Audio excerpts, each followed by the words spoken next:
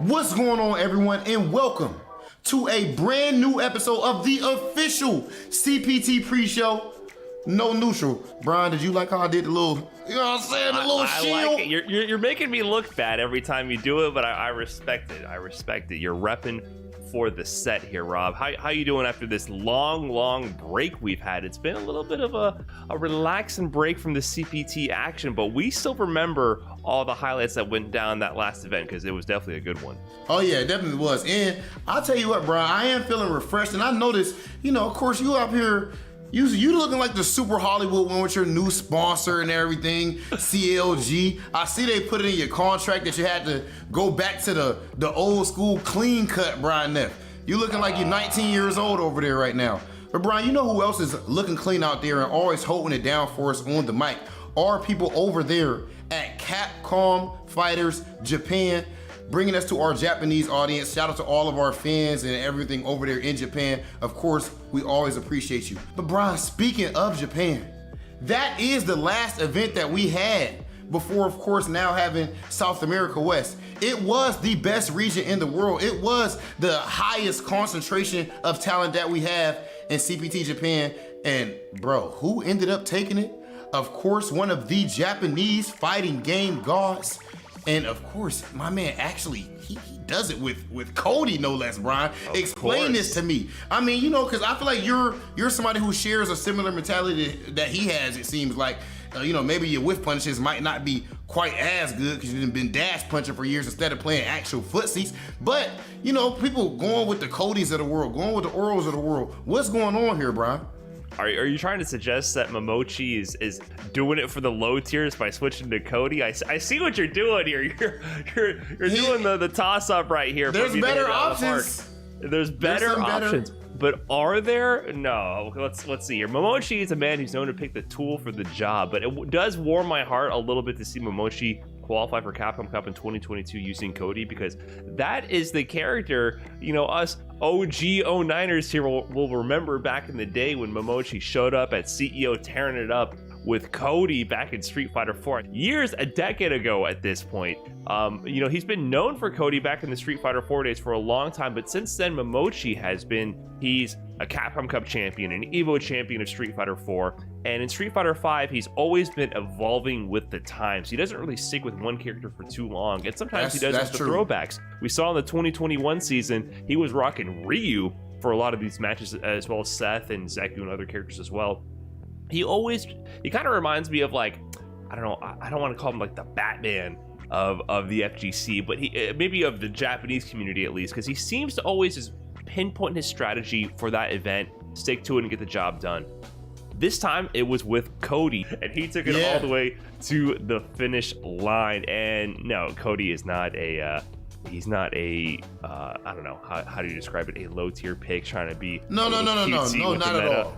No, Cody is a character that gets the job done right now. Very, very strong character. And that said, Momochi, he got it done as well in fairly dominant fashion in this bracket. The thing about this bracket is that a lot of the favorites, we always mention every Japan tournament, you cannot predict these top eights. Yeah. I just want to glance at that top eight positioning when we go into that finals day. In the winner's side, we had Yusama versus Momochi, then Yosan with Jury against Pugera on the winner's side. And those are all great players, some players you might not expect to be in the winner's side of top 8. But in the loser side, we have Higuchi versus Daigo and Tokido versus Gachikun. That was crazy, bro. That Higuchi is the bottom half of top 8. Higuchi is crazy, dog. Mm-hmm. Like, I don't understand. Honestly, I'm tired of him taking Daigo to the brink. And, of course, he got the W too. My man put in that work. Brian, I just want to bring up the fact that you did not get that bar. He got the W2 and he put in that work. Come on, Brian. Okay. You're doing your taxes out here. I see you. I'm cooking. We've been talking about just overall, just as far as, in Japan, how the whole old versus young thing. But even though I called Mago to win his tournament, which we were just shooting shots in the dark. We weren't really calling winners for Japan. We knew that it's impossible to call. But I will say, I said one of the OGs was going to end up winning this, man. One tournament, like, you know, with that much pressure on you, of course somebody like Momochi is able to get it done. But before we move away from the character topic, I want to make sure we bring up the fact that, you know, there's some characters that are more popular right now than Cody. Even though Cody is sick, there's some characters that are more popular. But Momochi, in his post-match interview, or his post-tournament win interview, when he's speaking to James Chen and Ringe, he specifically says that he didn't pick those characters because they are too popular to him. Like, literally, that was his reasoning. He knows that there's some characters that may be better tools for the job, but off that alone and self-expression, that's why he didn't pick them. But yeah, you're right. Momochi did go into grand finals against Pugera. Pugera actually put him in losers 3-2 with the Rog versus Cody matchup. And I would like to say, shout out to Pugera for picking some V-Skill 1. You know, there was some adjustments to Balrog this season, and Pugera is still looking incredibly strong, getting second place in the CPT event. Changing his strategy, going back to V-Skill 1 Rog. Pugera is the guy who kind of revolutionized V-Skill 2 Rog and showed a whole new take on the character, really using a lot more whiff punishes and playing a lot more like non-charge based footsie games, because you could focus on the ground game, get whiff punishes even with using light kick up or things like that, in order to focus on getting the store for V-Skill 2 to play that very strong plus on block dash punch game. Since that's no longer really as strong as it once was before, he actually went back to V-Skill 1 Rog, and I was really happy to see that he was still kind of keeping up with that strategy of really strong footsies and ground game, even without the V-Skill 2 enhanced bonus, and he actually managed to put Momochi in losers. But you mentioned in that grand finals, he eventually went to Poison, because the first set of grand finals, Momochi won 3-0 with the Cody Rog matchup. And then after that, Pugera's like, let me switch it up. I do have a Poison in my back pocket. 3-0 again for Momochi. And yeah, that's not a good matchup for Cody, right? The matchups that Cody players bemoan the most, I would say, were Poison, and then of course Dhalsim's the extreme one, right? Poke.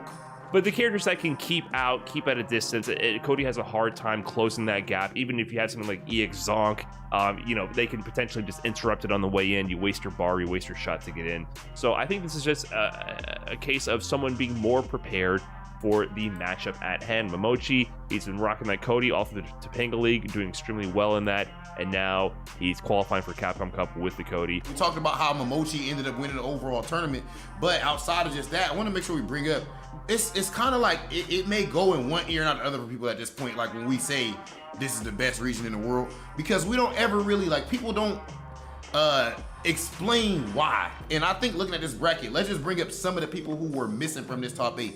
We had Mago, this is just a few. Mago, Fujimura, Nemo, Fudo, Dogura, Mochi, Moke, Kawano, and even more players did not even make top 8. There is not another region on Earth where these players are not making top 8. Like, I'm sorry, like at least most of them, they're making top 8 pretty much everywhere.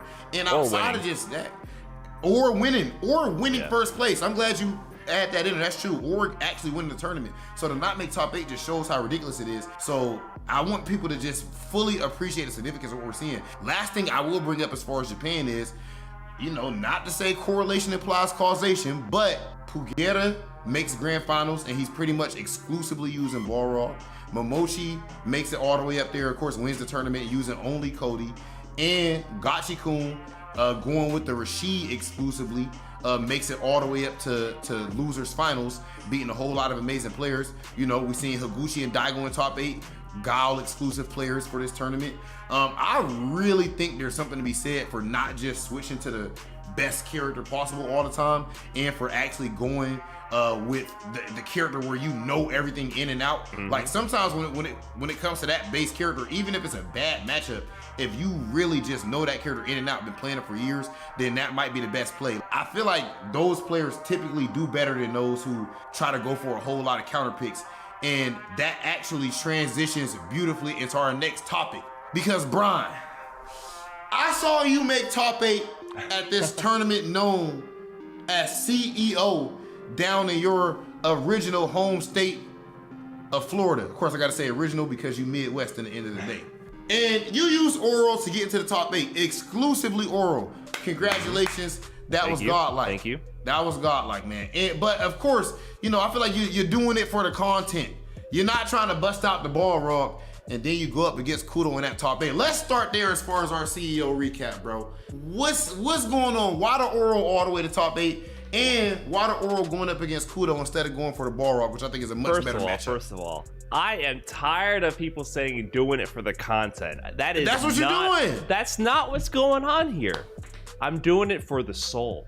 All right. Oh my God. All right. Come on. And what makes good content is someone playing something that they truly vibe with, truly love, and truly want to express themselves with. Isn't that what Momochi said? It's all about having an actual expression of the player through the character they choose.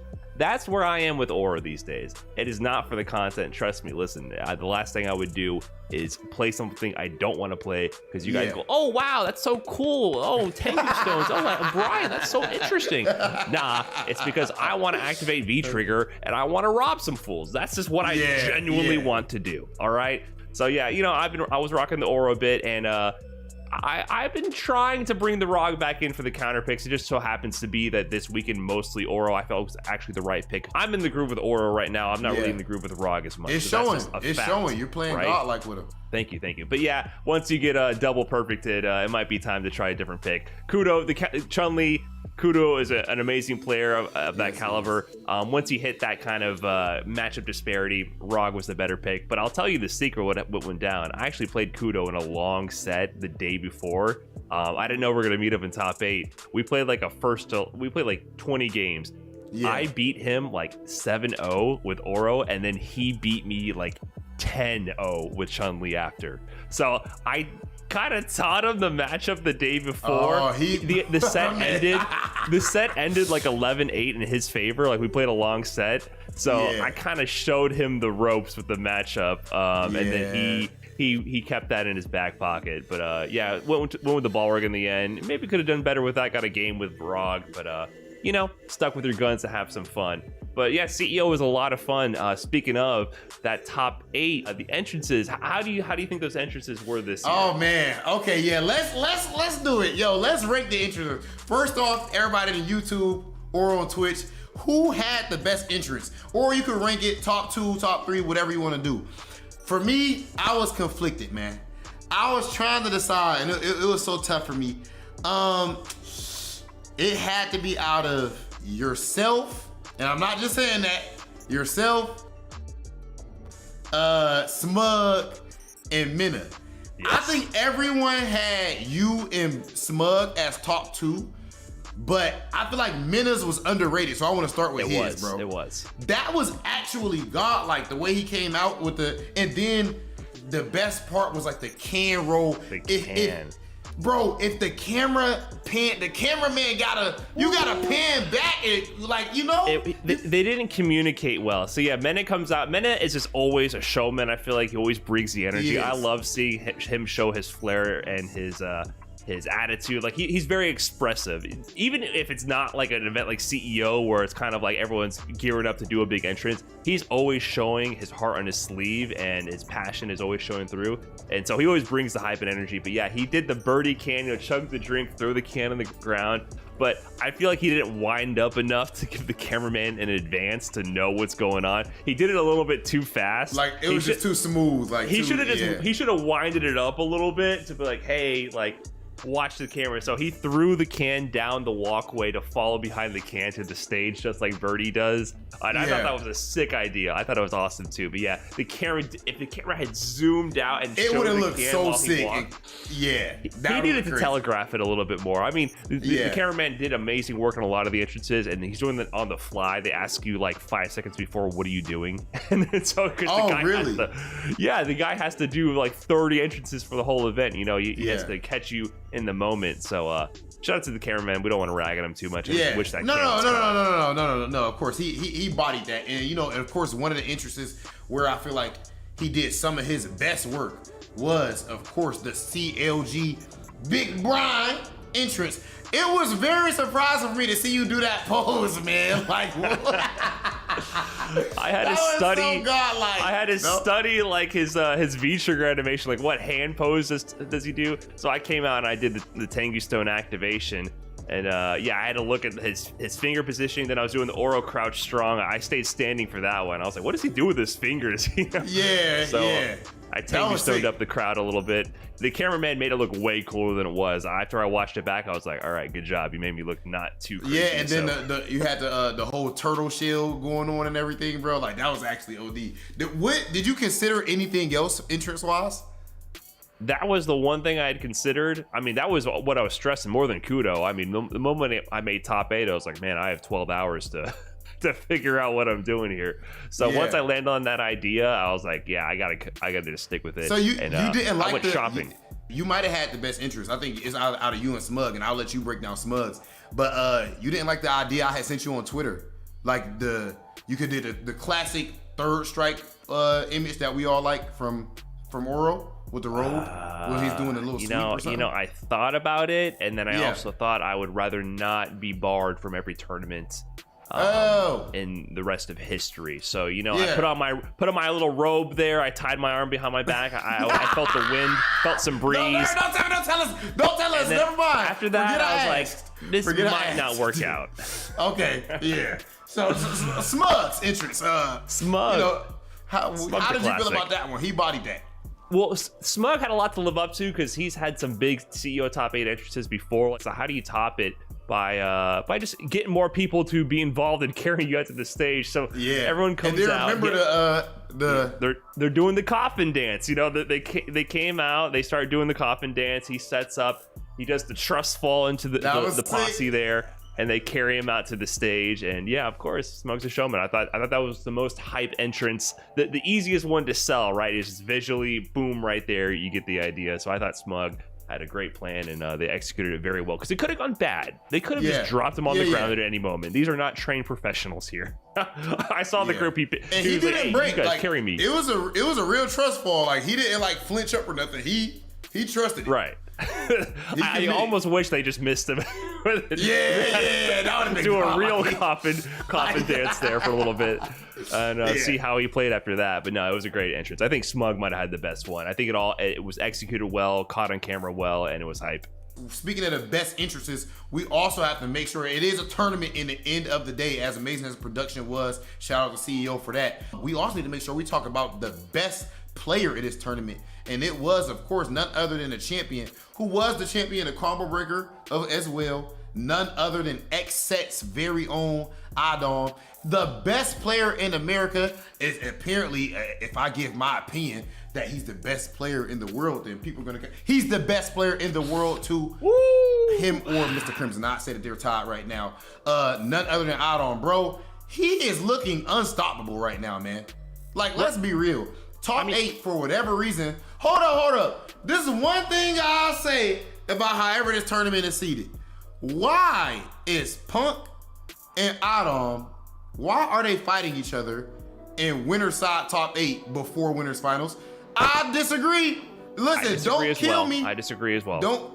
There is no planet where they should be running into each other. I can describe the logic for you. It was definitely based on the previous CEO seeding. Mono was seeded very high. I think he might have been first seed, if anything. So they gave a lot of credence to 2021's seeding. And shout out to Mono. He didn't make top 8. Yeah, he didn't. So I think it was 1, 2, 3. So Mono first, Punk second, Idom third. So because of that, kind of using the previous CEO seeding in conjunction with this seeding, Punk and Idom ended up playing before winners finals, which was unexpected by everyone's accounts, but at least we got to see some more Punk and Idom. That was so godlike, bro. Nikali? The Nikali. Man goes down 0-2 with the Ken and brings it back with Nikali. Like, that pick was just when he picked him though, it's like, wow. I get the concept, like seeing like the Sosmo. I don't think that's random or freestyle. He's actually gearing up, I feel like, for this CPT, for the Warrior, or if it comes down to it, for their actual CPT tournament is in December, or Evo itself. Yeah, so I wouldn't be surprised to see more of that Nikali. But of course, Adam is an actual robot, man. Like, that might be 100%. My favorite match to watch right now. Yeah, I like you talk about Idom looking like the best player in the world or whatever. It's just that he never ever dips ever. Yes. How many times do we have to say it? He's the most consistent player I have ever seen in Street Fighter. I mean, we talked about the best region in the world being Japan and all these amazing players. Whoa now, champ. Calm down, buddy. He's the most consistent. I done seen Fudo get second place in like 74 tournaments in a row. Okay, you're right. You're right. Punk win a million majors but back send to back. Idom to 74 tournaments and he might be getting first more than second. You right. That's how I feel. That's how I feel. He just hasn't traveled as much, and now we're starting to finally see him show up to more and more events, and then he just doesn't disappoint. He gets first place. He's gotten first place at Combo Breaker. Right now it's first place at CEO, and he's gearing up for Evo. He's not trying to slow this momentum down, and he doesn't falter when he plays. That's the thing about him. Like, maybe you can argue that other players they have a higher peak than he's had. I don't know. He also has Capcom Cup under his belt, but I have not seen him dip since he's won Capcom Cup. Bro, we have not seen him dip in casuals, bro. Yeah. Like, that's the thing. He plays, I swear to you guys, like, that are not like, tournament players and training and whatever. Bro, he plays this same level every day. Like, every day. You don't see him ever just, like I said, it's like a computer program or something like that. Right now, Idom is just, he's looking unstoppable, and he actually, honestly, outside of that Punk match, which was 3-2, he played Mina in winners finals, won 3-0, and then in grand finals he wins 3-1. I don't know who can really stop this dude right now outside of Mr. Crimson. And of course, we did just see Problem X beat Idom as well at Red Bull Kumite. I don't know who else beat Idom, but I feel like in general, that one I think is more of a look. I'm putting money on Idom against Problem. That me personally, that's just me. I'm just super excited to see how he performs at Evo. I mean, there's obviously players who can stop his run. He's not unbeatable. We're not trying to say that. He's just very consistent. So he's gearing up for the run of a lifetime. I feel like I'm so excited to see what happens at Evo. Oh, yes. Obviously, I feel like it would be vindication for us if Idom just swept everybody on the planet free. Oh, it'll be a lot of fun to see how this goes down. So Idom on a tear, showing his dominance in the Western Hemisphere. Let's see what happens when the rest of the world joins up at Evo. I think it's going to be a blast. I'm hoping to see some explosive matches. But that said, we have some explosive matches coming your way today because we have another CPT event, another CPT region. South America West is coming up today. And this one is interesting because the main man, the champion himself, has had to put the gloves down.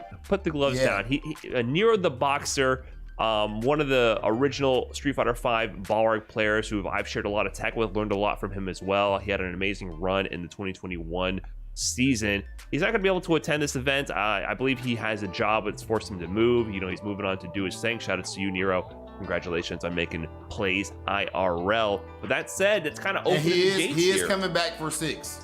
Yeah, he's coming back for 6, right? He will be here. Taking a little hiatus here, but that said, like I said, it opens the door for the rest of these extremely talented players in this region to do some work. And I really like a lot of the talent we have here. I want to give a shout out quickly to Pochoclo and Youngho. There are 2 players that we saw on Capcom sets recently, and I've always been a big fan of these 2 players. Pochoclo has been rocking the Rose lately, and Rose, we know she's been on the come up.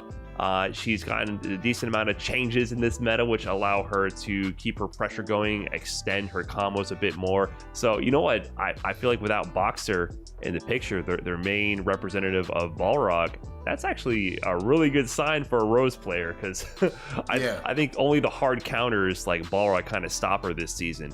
So I'm interested to see how far he goes. And Youngho rocking Birdie and G. I think he might stick more with Birdie. I know Birdie players like to not play Birdie for some reason. But, for whatever reason, bro. This season. Yeah, I actually had talked to Youngho and asked him. I was like, man, are you still going to be rocking that? You're still going to be rocking that G? And he told me like, man, nah. He said his G. He feel like his G ain't it. So he's being honest with himself. And he's going to be going with the Birdie, which, like I said, I feel like that gives a whole lot of clarity. When you don't have to really think about it at character select screen, you know exactly what you're going for. But, speaking of someone who doesn't just stick to one character, my man Frozen. Mm-hmm. Bro, do you remember how godlike he played last year, bro? Of course. Like, he ended up getting second place, and he rocks the Nash and of course he goes Kage as well. I remember we were so excited that we might be seeing like another Nash in there because we saw Ronaldinho qualify from Brazil. And then right there, we saw Frozen having that amazing run with his Nash. I feel like since then, we haven't really, I don't know if in a CPT event so far, I don't think we've seen a Nash player like in the top 16. I don't think so. I don't think we haven't had the regions where the Nash players were dominating last season go up yet. So I think it just hasn't really happened where there's been like the dedicated Nash mains. But I like how you said we were excited we might see another Nash. I mean, let's be real. He ran into the counter pick. He ran into Balrog Nero at the end. I feel like if you're a Balrog player and you see, I have a dedicated Nash Kage main, you're like, okay, we're in the money. I feel like opportunity is available for a lot of these players. And Frozen, he looked extremely impressive rocking those 2 picks. And I think like that was also right after the buffs for Nash, right? So seeing him incorporate those buffs into the gameplay that soon was also really interesting. I actually asked him, I was like, man, I feel like at this point you gotta be the favorite, with Nero not being there. Of course, he was already good enough to win, in my opinion, like with Nero there, but Nero was the strongest. But with Nero stepping out for this tournament, and I asked him if he feels that way, and he said that he doesn't. He said he feels like there's just so many amazing players that he doesn't think that he's the outright favorite. So maybe that will take some of the pressure off of him. Right. But another player that, of course, this is a homie of ours. I'm assuming that you have money matched him a few times, just like I have. I mean, for me, it more than a few times. Yeah, my man, online Pokoro. And offline. But Pokoro, of course, man, his Bison has been putting in work for quite some time now. What year was it where he actually ended up playing in Cup? I know it was 2018, and he actually did really well against Fujimura. So that Fujimura ended up winning that match, but I feel like that was a little bit of a wake up call. Like suddenly Latin America Bison coming up out of nowhere, taking it to Fujimura with a bit of a different aggressive style. He loves that V-Trigger 2 command grab. He is not shy about going for that grab, and he will make you feel the pressure. So yeah, he's been one of the most consistent players out of this region, always looking for a challenge, always looking for a fight, always looking to improve and grow. And so he made top 8 last year as well, so I wouldn't be surprised to see him go very far this year. Yeah, and bro, another player that went far, making top 8 and everything last year was my man Self Cool. His Urian's sick, but I don't know if he's gonna be able to keep himself cool. Oh my God, my James Chin. I'm ashamed of myself. I should just leave right now. Of course, shout out to the legend, but honestly, last year when he was doing that, Urian was different.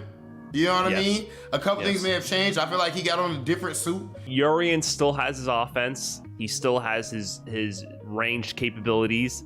He still has his Aegis.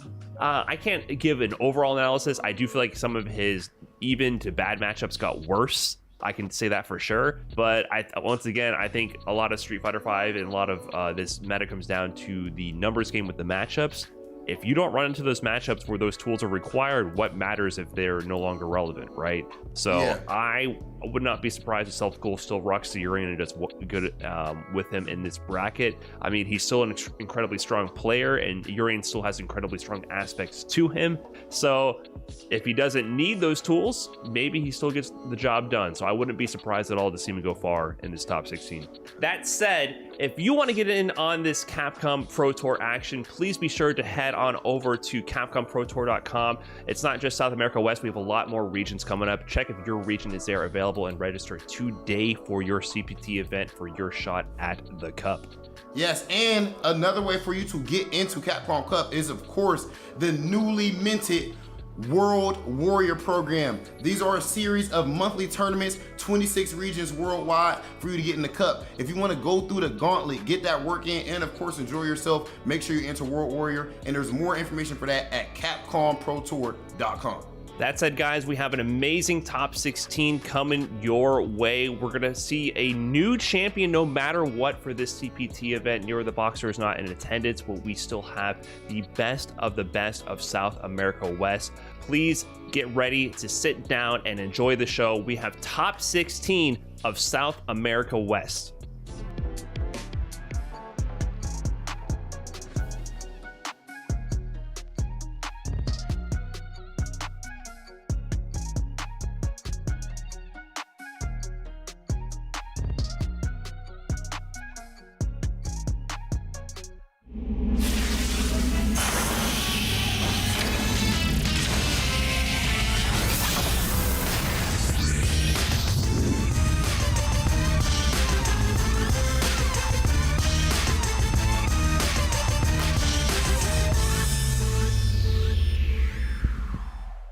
Welcome back, everyone, to another edition of Capcom Fighters and another edition of the Capcom Pro Tour. I am Ringe, this is Ultra David, and we are here to bring y'all South America West today, of course, top 16, so I'm going to bring it down a little bit, because we're not crowning our champ today, we're not crowning our Capcom Cup qualifier just yet, but we are going to see who's going to fight it out tomorrow to do that.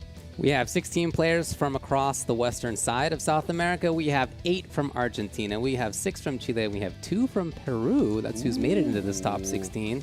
We'll talk about the players in just a little bit. Here's a look at what we are going to see. You can see Kenshiro versus Duki. You can see the country names on the left there as well. That's CL and AR, Chile and Argentina.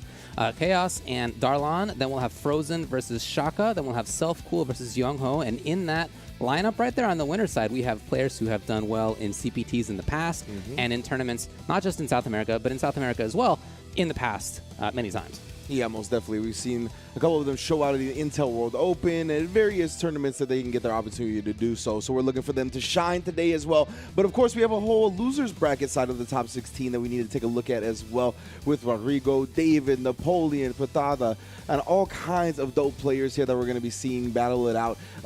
Notable absent from this top 16 is Piccolo, one of the characters, or one of the players, I should say, that the pre-show, shout outs to Rob and Brian, as always, No Neutral, highlighted as one of the favorites to win the whole thing, did not actually make it into the top 16. Yeah, he lost a little earlier than you might expect to Pertusi 77 and then eliminated by Ripper, ultimately ending up 3 matches away from top 16, in fact. So that was interesting to see for sure, because he is one of the best known players out of this region if you're somebody from the rest of the world, as we are. Yeah. But on the other hand, what that means is that we get to be introduced to even more players than maybe we otherwise would have been. One of my favorite parts of watching a tournament like this from different parts of the world is that I get to be introduced to more players. Look, I know a bunch of players all over the place, but I don't know everybody. There's too many good players out there. Impossible. There's just too many good players out there in the world. And I know that South America West is a region that is just that same way as well. Most definitely. And they're going to be competing today for, of course, a prize pool, as we always go here at the Capcom Pro Tour. Not only that Capcom Cup spot, but the top 4 prize pool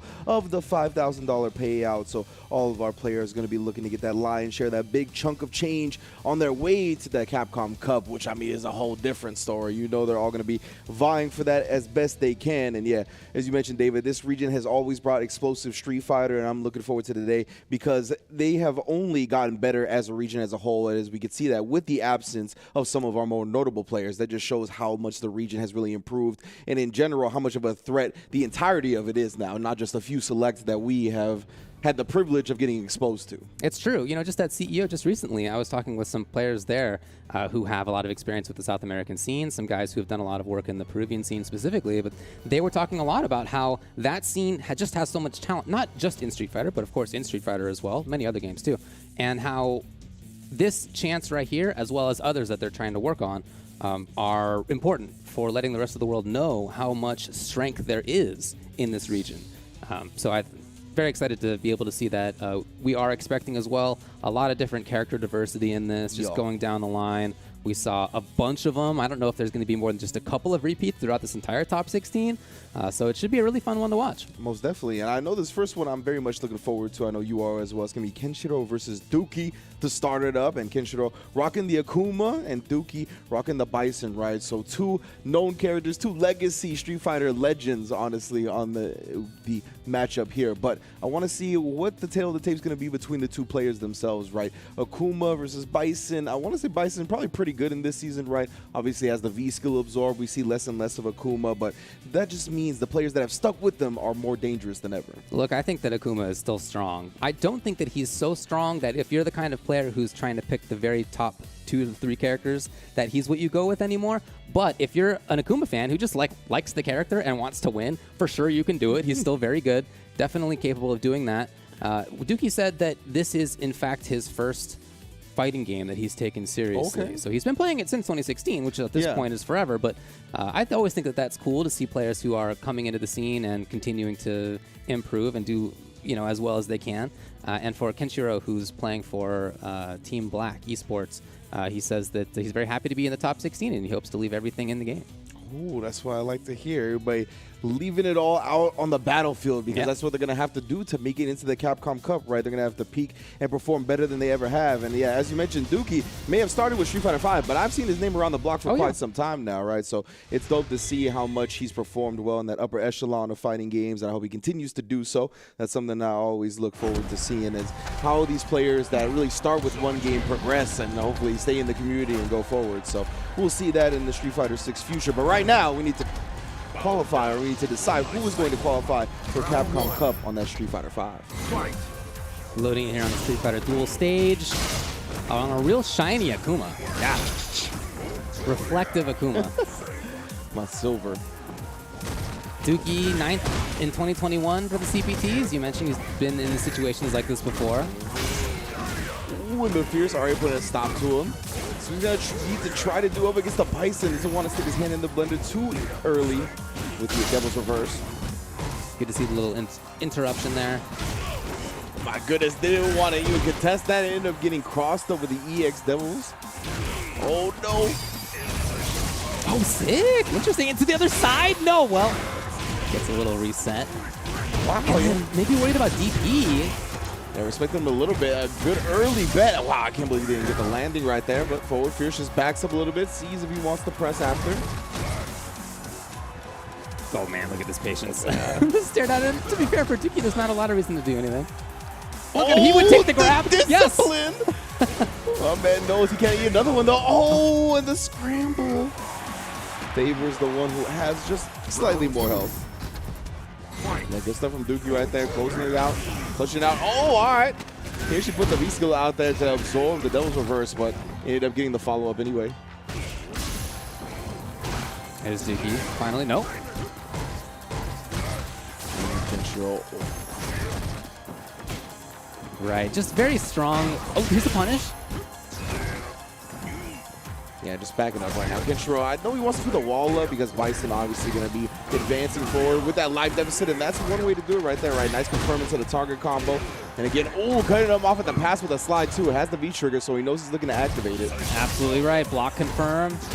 Not a lot of advantage when you do it that late, and Kenshiro's going to take the round. You know, one other thing that Dookie had to say was that he doesn't have much information about his opponent here, so he's coming into it maybe with less info than he might want. And I think that you see that in some of his style here. It's been a little bit standoffish at times.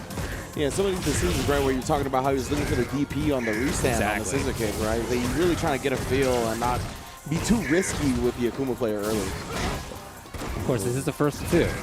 Yeah, and so you need to be even more safe. You don't have as many games to play with here to get in that top 8 winner's side spot. Dookie immediately challenging with that 3-frame.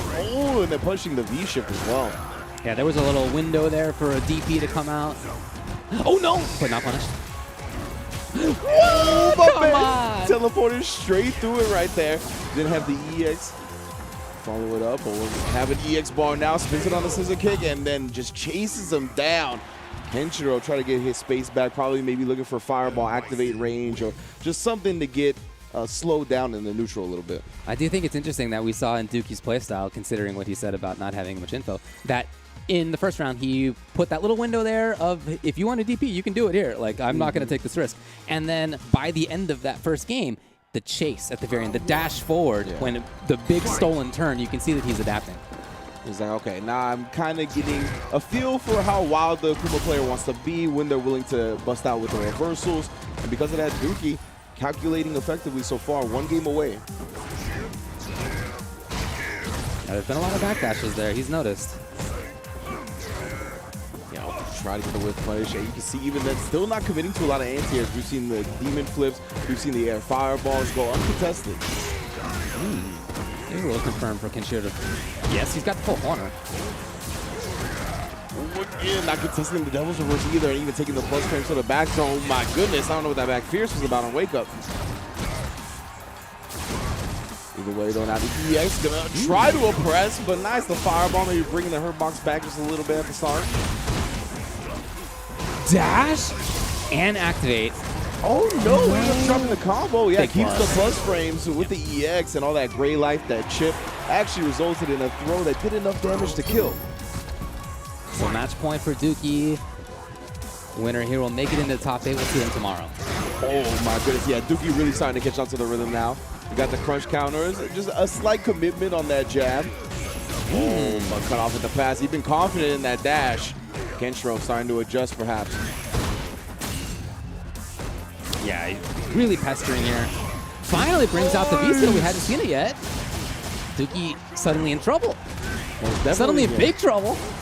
Stick gets for the round. Ooh, does get out. No contest that time. Doesn't confirm into it, but crosses them up anyway. The N1, the ankles are exposed. Caught him reaching. Don't let it slip away, Kenshiro. Oh, the patience from Dookie right there. And Kenshiro, he had done no DPs, no reversals, no bust outs the whole time. Yet Dookie still with the patience of a god. We saw that he was looking for that before. It didn't come. No. It didn't come, as you mentioned, but he was exactly right about when it finally was going to come. Yeah. And Kenshiro, unfortunately for him, gave it to Dookie right there in the end. So, very interesting matchup. Dookie, clearly getting the read on his opponent in a short 2-game set. And as we said, he's going to move on. He'll be in the top 8 tomorrow. Yeah, he definitely started playing off very slow, just trying to gather intel, right? Really trying to read his opponent, what they're going to do, what type of player they are in general. And it really felt like once he got some of those rounds under his belt, he felt more comfortable, willing to take risks here and there, really press his advantage. And even in the end, though, right there, he kind of went back to his original strat and was like, if they got a DP, they're going to do it when they need to. So, yeah, very good stuff from Dookie. Great call. All right, well, we're going to move on to the next one here in the winner's side, where we're going to have Chaos versus Darlan. It's our next match coming up. These are two players who, in the last CPT, both got top 8. Oh, all right. So both of these they were players. both in there. Chaos was 5th, and Darlan was 7th. Okay, so some heavy hitters stepping up to the plate right now. One of them is going to take their spot in the top 8. I'll tell you what, I was having such a hard time trying to figure out how to pronounce the first player's name. And then you were like, Chaos. And I was like, oh, it's just that simple. Overthinking the situation. But yeah, they might be bringing some Chaos with that Ed. I see that they've also played Falk a little bit. So some characters that I think are very neutral heavy despite his name. But Ed, I think, can maybe make a lot of players uncomfortable. But I really like the style. Oh, the name is slipping me right now. But the European Ed from the UK. It's very young, very good. Right, yeah. Yeah, just a very solid on the ground. I like the flicker stance and or not the stance, but the flicker jab usage, and just in general trying to annoy your opponent on the ground. I think that's a very effective strategy with the Ed. Chaos says that he's been a Street Fighter V player for about 5 years. Okay. He gave up playing, that other genre where it's you playing with a bunch of teammates. There's actually a few genres, I guess, like that. But he gave that up. He didn't want to do that anymore. I feel that. And he's very happy to be here and to give everything in this tournament. And as for Darlan, he says, I've been teaching fighting games since 2010. I've been teaching fighting games since 2010. Okay. So this is a guy who has been around for a while. Professor. Exactly right. Yeah, exactly right. okay. He also says that this top 16 is very even because we all know each other, and on occasion we have faced each other in other tournaments, so the surprise factor is not going to be very strong. Straight up. This is Darlan that said that. This is Darlan that said that. So yeah, exactly. should be ready for any and all competition, including Chaos. And as we said, a little bit of underrepresented characters in his side of the belt, too. So the fact that he won't be caught off guard right there is going to be a big factor in seeing how this game plays. Just because when you play at Ed or Falk, that kind of lets you get a little bit farther. That's one of the benefits of playing those underrepresented characters, right? Is that a lot of the players don't have that knowledge check. They might be unfamiliar with certain situations, how to respond to them. Darlan shouldn't have that problem, at least according to him. Indeed, indeed. And he's going to be lining up with Akuma. That's what we expect here. And if there were to be any back-to-back characters that show up twice in this top 16 on winner's side, I don't know if you would have picked it to be Akuma, at least not this season. But again, still very strong. Yep. He can still do it. And I love to see that. Obviously, didn't work out very well for the first one, but for Darlan, of course, he's going to hope that it will do better. He's from just outside Lima, Peru, and Chaos from Copiapo, Chile. He says, I'm located in the northern desert area. Okay. You want to get a little bit of a handle on the geography there. Nice. I'm glad. We have really bad geography in NA, so we could use all the help we can get. I know Twitch chat knows that much at the very least. Now, Chaos, on the other hand, going to be rocking the Ed indeed. So, oh my goodness, it's a Akuma outfit. Is this new? What? Is this new? Do we need to cut the feed? Is this like exclusive? Like, where did this come from? Round 1. That's so sick. All right. Has that existed for a while? I don't know. Yeah, okay, all right. Trying to get my head back in the game here. Yeah. Trying not to be distracted. And yeah, we're going to keep it grounded so far here. Darlon already worked Chaos to the corner. Dancing outside that range, but that's the problem when it comes to Flicker. It actually moves him so far forward so quickly. This character's so cool. Yeah. Right? Like, what is it? The glowing hands? Yeah. I'm like, what, the samurai type armor? Chaos looking for something big there. And again, too close though this time. Yeah. Oh, no, not the back throw again. We have all playing in this corner. Tried to wind up with the up kicks, but got skipped for it. Yeah, a little bit too late into the V shift, so ends up getting punched on the V reversal. Not active enough. Guard break. Right back into the same situation. Good damage off that. No punish on the whip. Oh, a +2 on whip, but still nothing until the final throw puts that nail in the first coffin. There were a couple of chances there earlier, but yeah, glad to see for Chaos that he ended up getting it. Yeah, a little bit scary for Chaos. Trying to settle down, but you know, considering the name, should thrive in environments like that. I like that buff as well, showing off the EX extension off the flicker. Yeah, huge buff for the character. Oh boy! Oh no! Winds up heavily. Yeah, side switch combo. God! Wow! Damn! I see why you went with this though, bruh. Is he dead? I think he's dead. All the way. Oh, no. Pixel, ridiculous right there. Chaos. He's definitely doing the optimal stuff, but Darlon's gonna have an opportunity here, especially with the low. Oh, it was a good start, but flubbed up a little bit. Chaos gonna pull out the first game. Man, that was scary for sure. Yeah. Because he had fully loaded meter on top of the V-trigger activation, so definitely could have got away from Chaos very quickly. However, that Ed is looking clean. I love the optimal punish right there. Oh, so good. Right? Because, like, yeah, it's like usually you want to keep the corner, but, man, he was like, nah, this might kill. Exactly, Like, yeah, especially versus Akuma. Yeah. Wow. Impressive stuff to start off.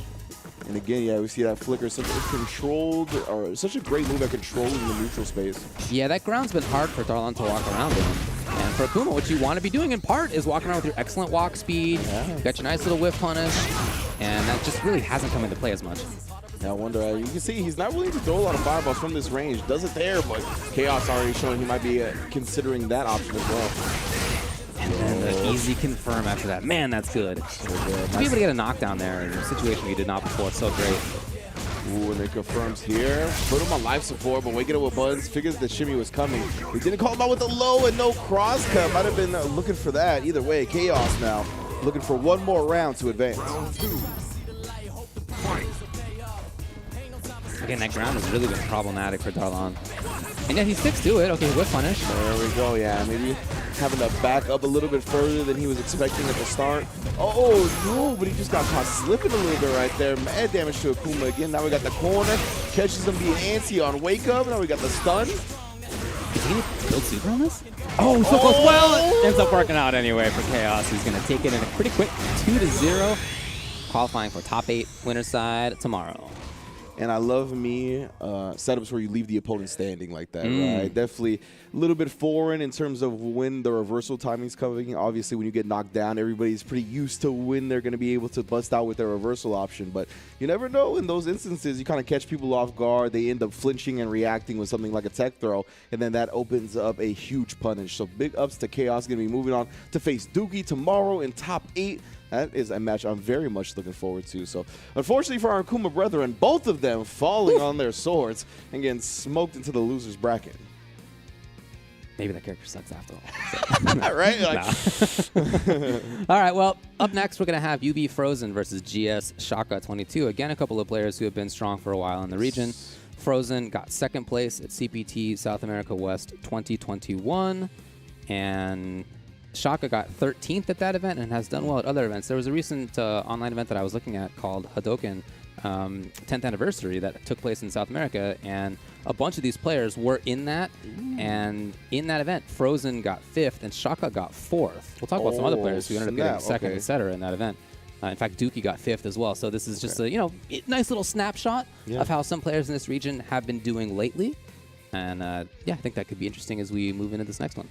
yeah, most definitely. Shaka is one of my favorite players from the region. Has been shown out in CPT for quite a while. Did a great job at Intel World Open as well. And his Dawson is just ridiculous. Like, he is definitely one of my favorite Dhalsims to watch in the entirety of Street Fighter V. And obviously, quite the age gap on these players as well. 21 versus 35, so a little bit of a new gen versus Shaka, who maybe has been around the block a couple of times when it comes to the fighting games. But we're going to hear from the young gun. Let's see what Frozen has to say before his set. This match is very difficult because I play with Shaka every day. Wow. So not only were they 4th and 5th at the recent tournament in South America, but these two training partners, sparring partners, it's going to be interesting. Whenever you see two players this familiar with each other, you're going to see some unorthodox decisions. You're going to see some people maybe getting a little tilted because they're not playing how they're used to. It's always something I like. And Shaka had something similar to say. He said that he's going to be playing against his rival and friend Frozen, who's a very skilled player. There you go. But he's going to fight. He also says that since I was a child, I have been passionate about fighting games. Today, as an adult and being a father of a family, I play Street Fighter as much as I can. I think that love for Dhalsim keeps my desire to play alive. Wow. Yeah. Let's go. The Dhalsim The loyalty. Dhalsim crew. Yeah. Paying off. Yes. It's absolutely right. Absolutely right. I really think that character is one of the best in the game this season. Yeah, for sure. Yeah, when people talk about best characters in the game, most typically you hear one of, a few others. I think it's rare that you hear Dhalsim, but I do think that he should be in that conversation, if nothing else. I think he's very, very strong this season. I think he's got a lot of great matchups, including against characters who are also very strong. He's very relevant in the meta, in part for that reason. Most definitely. Yeah, the players that have handled him have a lot of love for the character, right? Yeah. So when you give them a version of the character that is pretty good, they're going to take that inch and stretch it to a mile that we've seen time and time again. The Mr. Crimsons, the Arturos. Here we got Shaka, of course, as well, rocking the character. It's good to hear. And yeah, I feel like at the beginning of like people talking about how good Dhalsim was, I felt like a lot of it was fueled by like salt. You know what I mean? I was like, eh. But now, I mean, the character and the players on him have just been so consistent that I'm like, okay, he is indeed one of the best, if not the top character in some circles. Yeah, I'm not motivated by salt when it comes to Dhalsim. Yeah. I love Dhalsim, but I'm not here. I'm not going to be making any apologies for Dhalsim this season. He's a good character. Most def. All right, and Nash on the other side, as Frozen has been playing. I'm very interested to see Nash as well. Still strong. In fact, maybe has become strong again over the last about year and a half. Mid-buffs midway through last season and then this season as well. Yeah, exactly right. My man Nash was in the spotlight in Season 1 and then definitely left for a lot of the game's lifespan after that. But we've seen him a bit more here, especially in this region as well. I know Frozen is a lot of work, so I'm looking forward to it. And I love the V skill and the V trigger too from the Nash, yeah, because of the plus frames right there. Shaka going to use the V reversal, doesn't want to deal with the mix afterwards. Again, keep in mind how much experience they have against each other and how that's going to influence decisions like that. Wow, and then delay the very late air fierce after that. Most typically, you'll see something instant, a jump jab, but instead, much later option. And that kind of stuff, that kind of like unusual decision is going to be a big deal here. Oh, and he gets caught reaching on the it's classic Nash stuff right there. My goodness, paid with his life. Also charged up, he had the moon kicks. Already used it though.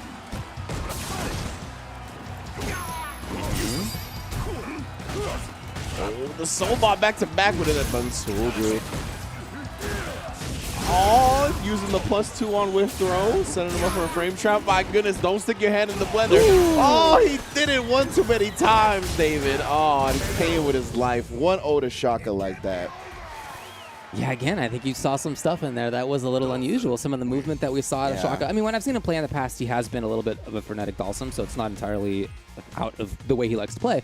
But nevertheless, like the decisions like doing really late fierce, doing a really late, yoga forward into the air EX blast, try to continue, like that kind of stuff is just not what you typically see out of Sim. But they know each other well, and they got to mix it up. Yeah, you can tell that the timing seemed very tailored to the player. Like, you definitely do not see this just when someone kind of is trying to test the waters a little bit. Definitely well aware of what Frozen likes to do.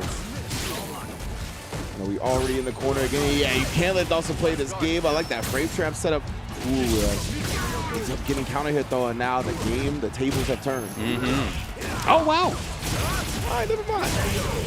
Tables stay in the exact same way it started. Frozen. So playing with him a little bit right there. Nice way to bounce back from that first game loss.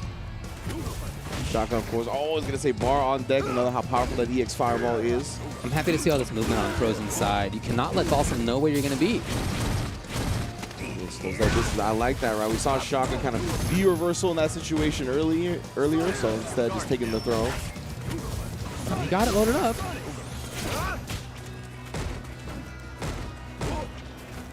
Yeah, again, that backward movement, the forward movement, you just cannot let Dhalsim know that you're going to be in a certain spot. That's the worst. Ah, yeah, and that's what he was setting up the whole time, right? With a side kick afterwards. Didn't get the biggest damage out of it, but still. It's a bit of a lead now. Takes the B skill, but no! Tried to jump. Mistimed it. Now he's just reaching. Waking up with the EX. He's in here. Yes, of course. V-Rev on reaction. Ooh, yeah, no gotta deal with this. What a block! Yo, teleport in place? Come on! Oh my God! He faked him out again with the teleports. Look, that is Shaka knowing exactly who he's playing against. Faked him out multiple times, and that's why you see Frozen, right? He's committing to the jump. He's trying to call it the teleport hard body, but Shaka just faking him out, and then the slide on wake up, avoiding the EX. That was sick. Lots of familiar decisions being made, and again, just dodging the jump in with a slide. Oh, here we go. It's a big chance for Frozen. The reversal timings are so good. Trying to get away with one there. Frozen said no. Yeah, really switching up the way he's using the defensive mechanics. And now at this point, just a harassment. Oh my goodness, the kicks left and right. Hold on now. I can't believe you risked this. There's still no V-reversal available for Shaka. Yes. As soon as he gets it, he does it again. Oh, that was sick. Let's go, Nash. The last EX and nice, just a slight walk back hesitation right there. And again, you can tell all of these timings are so tailored to the players. Like even right there at the end, that shimmy, it was the timing of it was so like specific to when you know your opponent wants to press the button, right? He didn't like walk back and wait for a whiff or anything like that. He walked back and was like, okay, this is when you like to press something, and just beat him to the punch. Look, man, I didn't know that the V-Trigger 2 attack would autocorrect. Yeah. I mean, yeah. But that's just a sign of how much knowledge these two players have against each other. Most matchups you won't see that happen because there's not some teleporting character in the sky, but this is one where there is, and Frozen knew what would happen. Yeah, that was a wild to see. To get out of the way, then use the V-Trigger to get right back in. And that is, yeah, the Nash's name of the game when it comes to this matchup. Like you're talking about, moving in and out, trying to be unpredictable with where you're going to be, and then you bust out those kicks, whether the EX, the regular version, we've seen it work multiple times.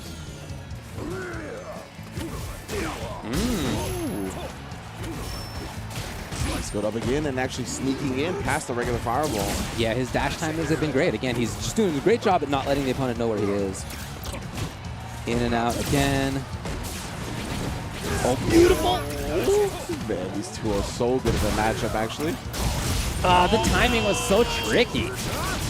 Wow, just the raw kicks, and because it was buffed by the V-skill, getting a lot of damage, but the very end dropped, and Shaka most definitely ready. Seen that one before. One round away from top 8. Oh, that's setting up shop. He's got the counting hit on the same medium kick, so nothing afterwards, but another teleport and a beautiful punish right there. Actually got the grounded hit. It's just the perfect time to move. Shaka now finally with big pressure.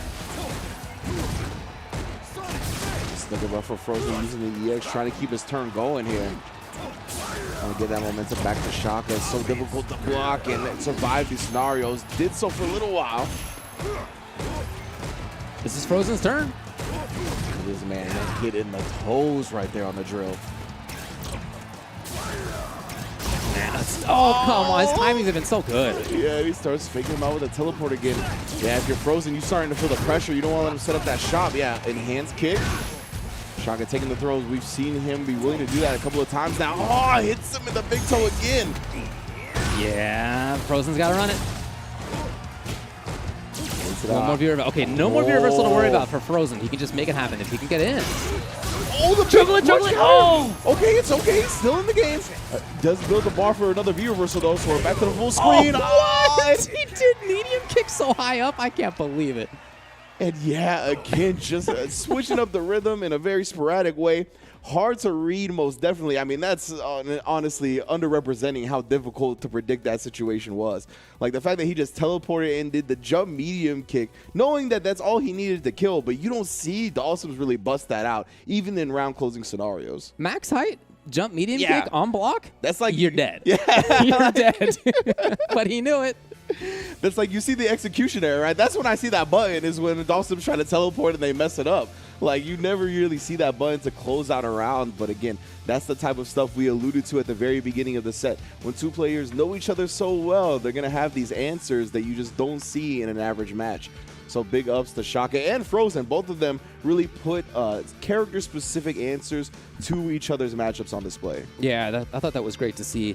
As they said, I mean, they both clearly have a lot of experience against each other. That's always a blast to watch as the observer. As the player, it makes it extra anxiety-inducing. Yeah, most definitely, right? You're constantly second-guessing or trying to overthink because you're not exactly sure which option the opponent is going to be ready for because you know they know your whole playbook. Look at this! That was ridiculous. If he had blocked there, oh my god. Yeah. Well, that's not what happened. And Shaka knew it wouldn't be. So 2-1, he takes it. And he qualifies into the top 8 winners side where he will play tomorrow. But he's done for today. Yes. All of our top 8 competitors done for the day. Well done to all of them as well. And we got one more to decide. It's going to be Self-Cool versus Young Ho. But before we do that, I want to give a shout out to that game that we saw on the very first stage today. You know what it is, Street Fighter Duel. The Capcom authorized mobile game is now available for download in China with a global version coming soon. You got all your favorites, Ryu, Chun-Li, Ken, all up in there against the Zaku Castle, further into the Shadowloo City and explore everything that you could possibly want to explore. Various fighting styles, you got the counters, the stuns, the combos, everything that you know and love about Street Fighter is very much in Street Fighter Duel. So the epic legend is reborn on mobile. Make sure to download it now and the global version when it comes soon. Got other stuff going on as well here on the CPT, and that is the World Warrior program. So please don't forget to sign up for your own local World Warrior events. These are events that are happening all around the world. There's a ton of different people involved, different organizers involved. You can see them on the right side. And you'll notice that those are organizers from across the earth, all over the place there. And that's awesome to see. You can learn a lot more about when these events will happen, including the ones that you can get involved in where you live by going to CapcomProTour.com. Check out the details there and sign up. Most definitely, yes. That is going to be another way into the Capcom Cup, and I love the fact that they're utilizing the local organizations, really bringing the community together when it comes to the fighting games. You love to see it, of course. And I know you all love to see more Street Fighter V action, so we're going to take a quick break, get right back to it, decide who the last person in top 8 winners is going to be, and then go through the death bracket of the losers. Stay tuned. Time to fight, time to fight. Never give up, we won't retreat. The ones who stand have turned to defeat. So fight, time to fight. Glory waits for those who fight. We unite, we are Street Fighters.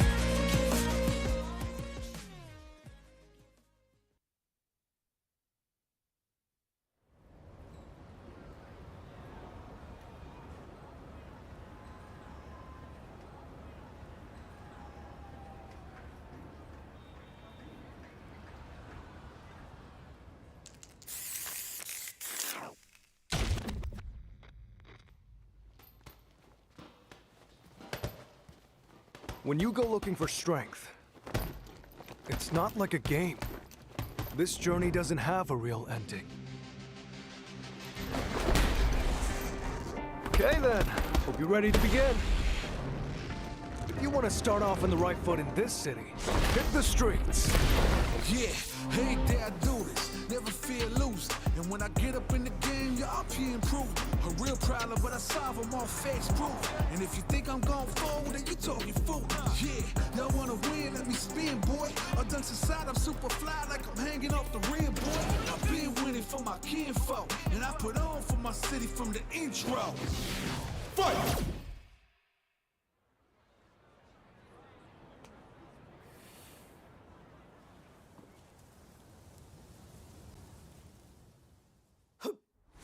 It's myself and moving up and down. Crossing over, passing around, I'm on the time to clock and keep score. Years I never thought it crossed before. When I get tired on my knees, I gotta dig in the deep. I feel like I'm on the road. It really has got me. Ashes out with the wind, no goodbyes. If you just let it get.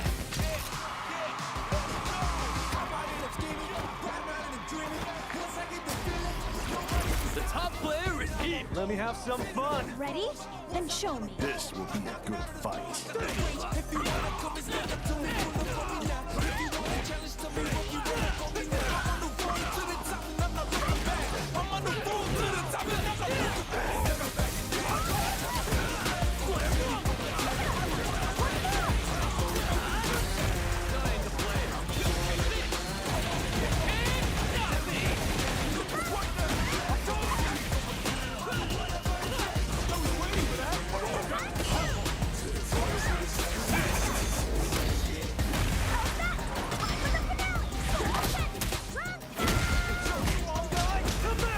This is our destiny. My secret arts.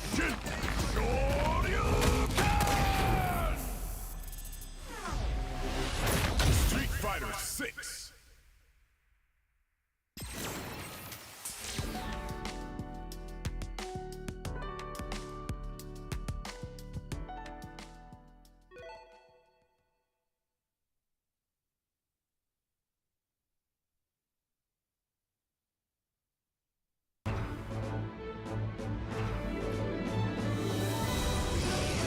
All riders have to strike out on their own.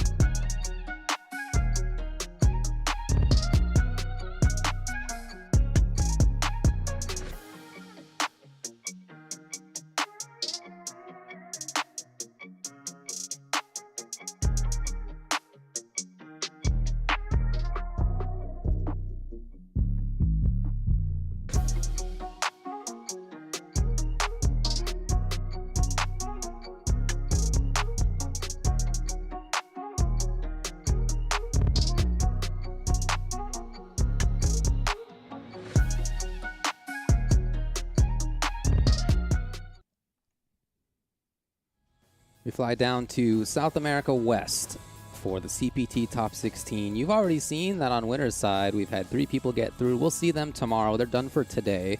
But we do have one more match to decide who will make Top 8. Winner's side, we got a bunch more to do on loser's side. My name's Ultra David. With me, Ringe. What's good, man? It's good to be here once again. We are deciding our top 8 for that South America West environment. We've already got 3 in the books, as David mentioned. We're going to get to that last one next. It's going to be Self Cool versus Young Ho. And again, these are 2 players that have been prominent in the South American scene, have definitely been holding it down on their characters, Urian and Birdie. 2 characters that we've seen for a long time now as well. So they're staying loyal. They got all of their stuff figured out by now. And Self Cool, I know definitely I want to see how he adjusts to the new Urian things, right? Obviously, with the headbutt changes, no longer being that great of an effective wake-up reversal, but still has its uses. And the combo potential for Urian is kind of bonkers now of certain hits. So we'll see if Self Cool shows that out. But he's got to get in on Young Ho in the first place to get that done, right? Obviously, Birdie still with some big normals, some big damage, and just some annoying ways to control the ground game. Yeah, I really like watching both of these players in the past. I think they've been a lot of fun to watch. I agree that their characters are ones to watch, too. Yeah, Urian changed for sure. Birdie has gotten like a couple of changes over the last few seasons, but not a lot. He's been pretty stable, and for Young Ho, I think that's been to his benefit. We have a quote from him. Let's check it out. He says, "Be careful, Self Cool. Nothing is more dangerous than a clown who has nothing to lose." And you know, we asked all the players to give us like a quote and then also like a fact about yourself. His fact about himself, the guy who says he's a clown with nothing to lose, his fact is, I enjoy classical music and philosophy. I'm just like picturing him sitting there in his library with a red nose and wig on, just putting on Beethoven. I'm like, bro. Yeah, he's got a snifter of brandy, in his library. Like. He had he put it through the air raid beforehand. He's all sophisticated. I'm like, bro, what? This is a true mix. I don't want to play fighting game players like this, because I have no idea what they're going to bring to the table. Yes. They might be as unpredictable as possible. They might want to play safe and sound. I have no idea. We're going to find out very soon, though, of course. And I think with Birdie, it's a good way to kind of mix the styles, right? You kind of want to be that type of player with Birdie because he's got good ground normals, has like solid ways to control, but then you want to dash in and put the pressure on your opponent, get a command grab going, risk an EX Dolphin dive here and there, right? So we're going to see what happens as these two play it out for that last top 8 winners qualifier spot. Self-Cool says, there's a lot of history between us. He also says, let's just say this is going to be a clown fiesta. That's what I'm talking about. Okay. Let's go. Throwing all respect out the window, throwing all fundamentals out the window. Let's get wild. Yeah, let me see how we're going to approach this. I love that buffer already. So I had that stand medium punch with the tackle behind it. Trying to be in range here is Young Ho to get Zonk through fireballs. Counter poke with stand strong. Touch a jab in the leg or down forward tears. There we go. Get the clownery going. I want all big shoes and red noses. Birdie's pretty close to that. EX. He definitely got the size like 15 boots for sure. Yeah. Put it to him. Give me the Trigger hard 2. Here's the confirm. That's going to be a ton of damage. Yeah. Oh my goodness, trying to catch a flinch and just jumps in. No anti-air there. And we have the extension for the damage. I think Self-Cool thought that was going to be a cross-up. I don't know why else he wouldn't have been blocking there. Yeah, you're probably right. Birdie has a little bit of a deceptive jump arc with that. I forgot what button that is, but when he lays out flat like that. The medium, yeah. Definitely getting hit in front when you expect him to cross up. And right now, Self-Cool, he's trying to slow this down. I don't know, though. This is not looking very clownish to me.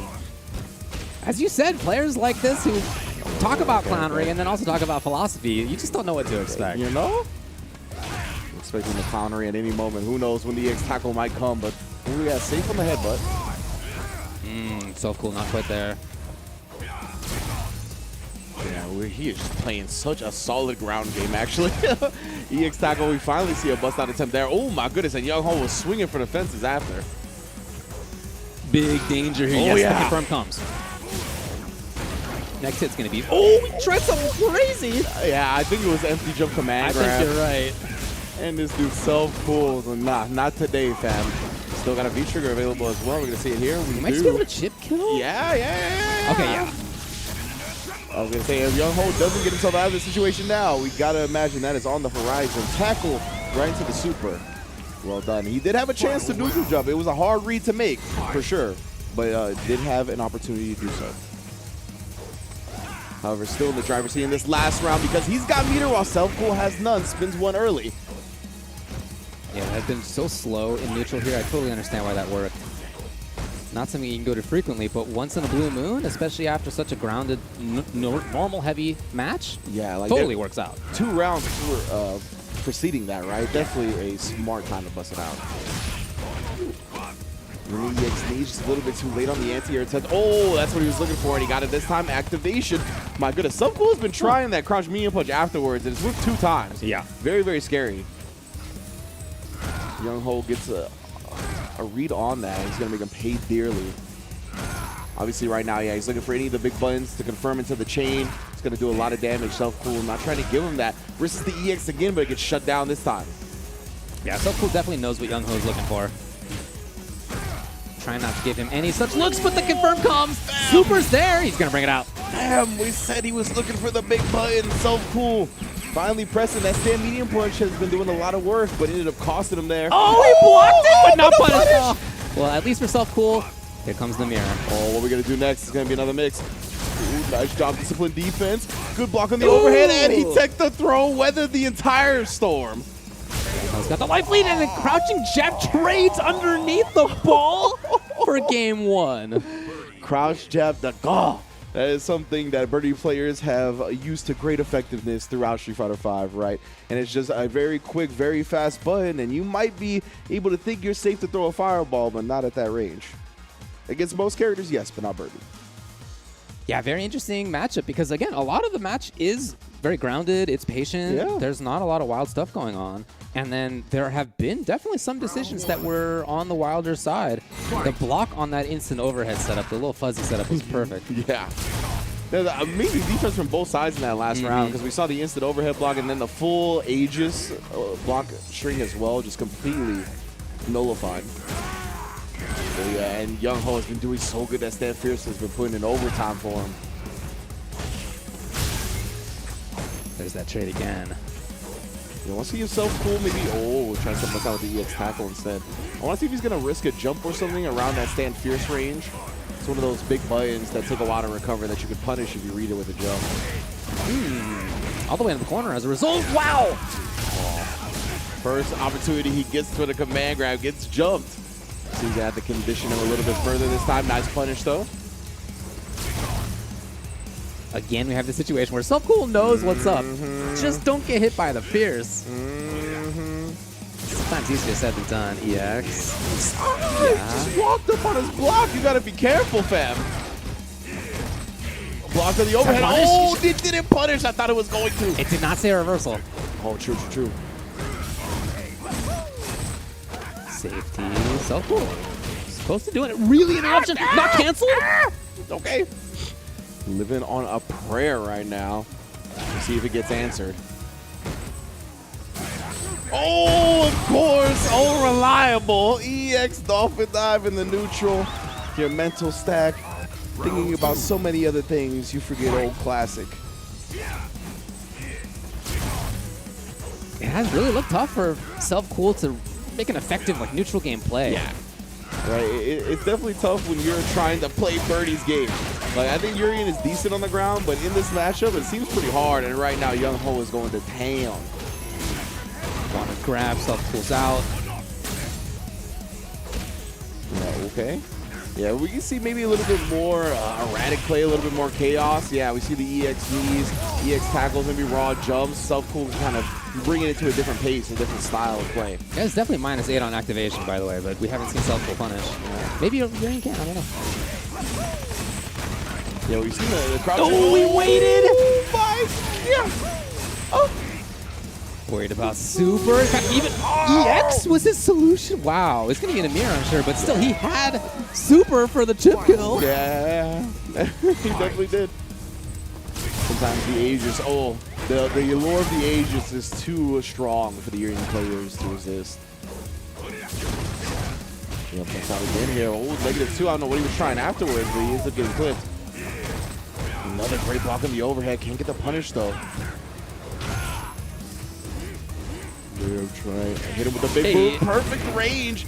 Self-Cool, maybe he needs to consider charging up that Fierce a little bit. Wow, air to air, and finally the EX grab. He has tried for command grab at least a few other times. They were all jumped out of, they were buttonsed out of. None of them worked, and he knew that it would finally work in the end. Right, off of the air tech situation, that is definitely one of the prime spots for the command grabs to succeed. You end up getting an air-to-air, you kind of flip out, land on the ground next to your opponent. A little bit more scrambly than a lot of players feel comfortable in, and because of that slight moment of hesitation where you're trying to figure out exactly what's going down, you can get command grabbed in that moment. So good stuff to Young Ho. Going back to the well at prime time. Yeah, looking good. I really like his style. Again, as we mentioned before, we've seen quite a bit of. Yeah. And his style of a lot of grounded, slow, consistent stuff, exactly at the right time, whiff punishing was there, all that sort of stuff, intermixed with things like definitely taking some risks, instant overhead, the EX into activation, that's big minus, all that sort of stuff. The mix of those two is just really difficult to deal with. Yeah, I think that is the prime way to play Birdie. Great reads towards the end as well with that big boot on the delay to really counter the V shift, gets the command grab when he needs it the most at the end of the day. So definitely big ups to Young Ho holding it down. He'll be our last participant in that top 8 winner side. And yeah, I think Self-Cool did really well on the Urian as well. I just think that a lot of the time he tried to play Birdie's game a little bit in the way that Birdie wanted to play too much. I would have liked to see him try to manipulate with some charged fears, do some dashes, right? The ground game obviously is good. He's very active with the buttons, Birdie, that is. But Urian's dash has always been something that's very difficult to deal with, especially online. So if you could kind of condition with some EX tackle, bust outs, and stuff like that, maybe he could utilize that in the future. But either way, way, Young Ho played tremendously well on that birdie, and now we travel down to the losers bracket side of things. We're going to be starting with Rodrigo versus David. That's right. Yeah, Rodrigo from Chile and Argentina for David R&R. Rodrigo lost in his first match. Oh. I checked out the pools, checked out the brackets. He lost to Ripper in his very first match. Wow. And since then has had already a really long trek through to try to make it into this situation in the first place. If he's going to make it into the top 8, it's going to need to be at least 2 more. Most definitely, yeah, right. Of course, now that we're in the top 16 losers bracket side of things, these matches that you're about to see are not quite our top 8 qualifiers yet. That's going to be in our next round of losers bracket. But let's hear from one of our competitors before we get into the match. It's going to be David R&R. See if he's resting and relaxing. Indeed, reaching the top 16 makes me very happy. Rodrigo is a very tough opponent. So familiar with each other. We've heard about it from a couple of our other players. It feels like everybody in this top 16 has had at least a decent amount of matches against each other. So it all comes down to who's got the juice on the given day. David also says, I am a developer and programmer, and in my spare time I play SF5 or play the guitar. That's pretty cool. Rodrigo says, I am an old school player who has played a bunch of different games, and as far as David, he says he's an opponent I have faced in ranked. Ranked, and he says he is a Ken player with a lot of neutral play. Ooh, a lot of neutral play for the Kens, right? I feel like Ken has that reputation of being like a wild person's character, but like all the Ken players I know just want to like sit there and hit confirm. This is so accurate, yeah. Somehow it's deserved. I mean, especially in the past SF4 and the early SF5, Yeah. Ken players could get a little wild. But what's 100% true is that all the effective Ken players are like the most patient, hang out, looking for hit confirms. Yeah, exactly. Just walking at the right space, Just stand chilling. strong, crouching medium kick, stand around us occasionally. Like, they are so chilled out, and that is dangerous because the character has such good confirms. All of his knockdowns lead the pressure. He corners you very quickly. He's got great options up close. I think he's very, very strong this season. Yeah, and because of that great corner carry, once he gets you to the corner, he is a menace, Absolutely. as you mentioned. Like some of the best corner pressure in the game, constantly with his great walk speed, his overhead, his fake overhead option. Lots and lots of things to condition and mess it with your opponent's mind. There we go, Rodrigo. Go with the Colleen. I think Colleen is a pretty effective character at that ground game. Maybe not. Oh, he is using that V-Trigger 1. I forgot that her V-Trigger 2 got kneecapped. Yeah, it goes away really fast now.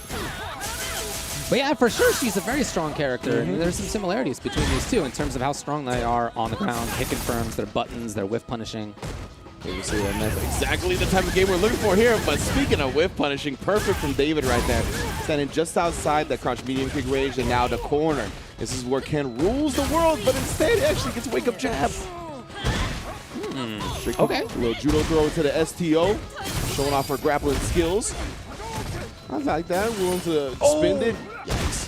Yeah, that could have been a lot more there for David. You know what that crouch medium kick is? He is hunting for super. The classic. Oh, that's so scary. We talked about the allure of the ages for Urian players. When you got the full meter on deck for Ken, I thought that was going to be it. The crouch medium kick into the super, but instead gets shut down by the EX parry. V-shift to the V-break to dodge the hail, but can't dodge the backhand. Colleen, first round. It really could have gone differently there for David. Yeah. Yeah, especially on that whiff button. I thought I thought it was at the forefront of his mind. That was the window of opportunity. Shut on his fingers, though. I do see what David was talking about, or what Rodrigo was talking about in terms of this neutral play. Yeah, my man David, we haven't really seen him jump at all. Oh, no. Perhaps say roll back confirmed, but either way, maybe just committed to it outright. Patience. Yeah, we still see very patient play. Fully loaded on that meter, yeah. He has not jumped. There's no DP. The dash finally. I respect it. Especially because he has V-Trigger, right? So Rodrigo might be looking for that stand heavy kick to activate, so that's a prime time to steal your turn with the dash. Ooh, even the run now busted out a little bit. But, ooh, what a block on the overhead. And Rodrigo ready for the punish on the other side. We got the corner once again. David, fully loaded. He needs to activate soon. You know he wants to do it on hit, but he can't find one. The defense is too solid. Rodrigo is just doing nothing but down backing in that range. Yeah, he is patient. Ooh, the EX this time. He tried to get something going. Oh, but too much block stun on that jump H. And then the command grab. You forgot I got one of these. Yeah, wow. What an interesting end. And, you know, for David, again, we saw so much patience. We saw a lot of just consistent stuff. Even when he was caught in the corner, didn't see the DP, didn't see the jump. It was a dash only. That's the only risk he was willing to take. But what he was willing to take a risk in was that overhead. Yeah, true. He did bust it out. He did try that, yeah. Yeah, I'm surprised Rodrigo was actually must have reacted to it or was thinking about it. So very surprising that he actually defended that correctly. But his defense had been so solid the whole time. We haven't seen him reach at all. He barely whiffed any buttons. Very, very difficult for David so far. Here's David. This is what he wants. All right, now you got to guess, bro. Next throw or hit is going to be a stun. Very scary situation. Yeah, EX trying to not let that get away from him, but the V-Trigger 1's going to deplete the stun bar a little bit, get to the other side of the screen.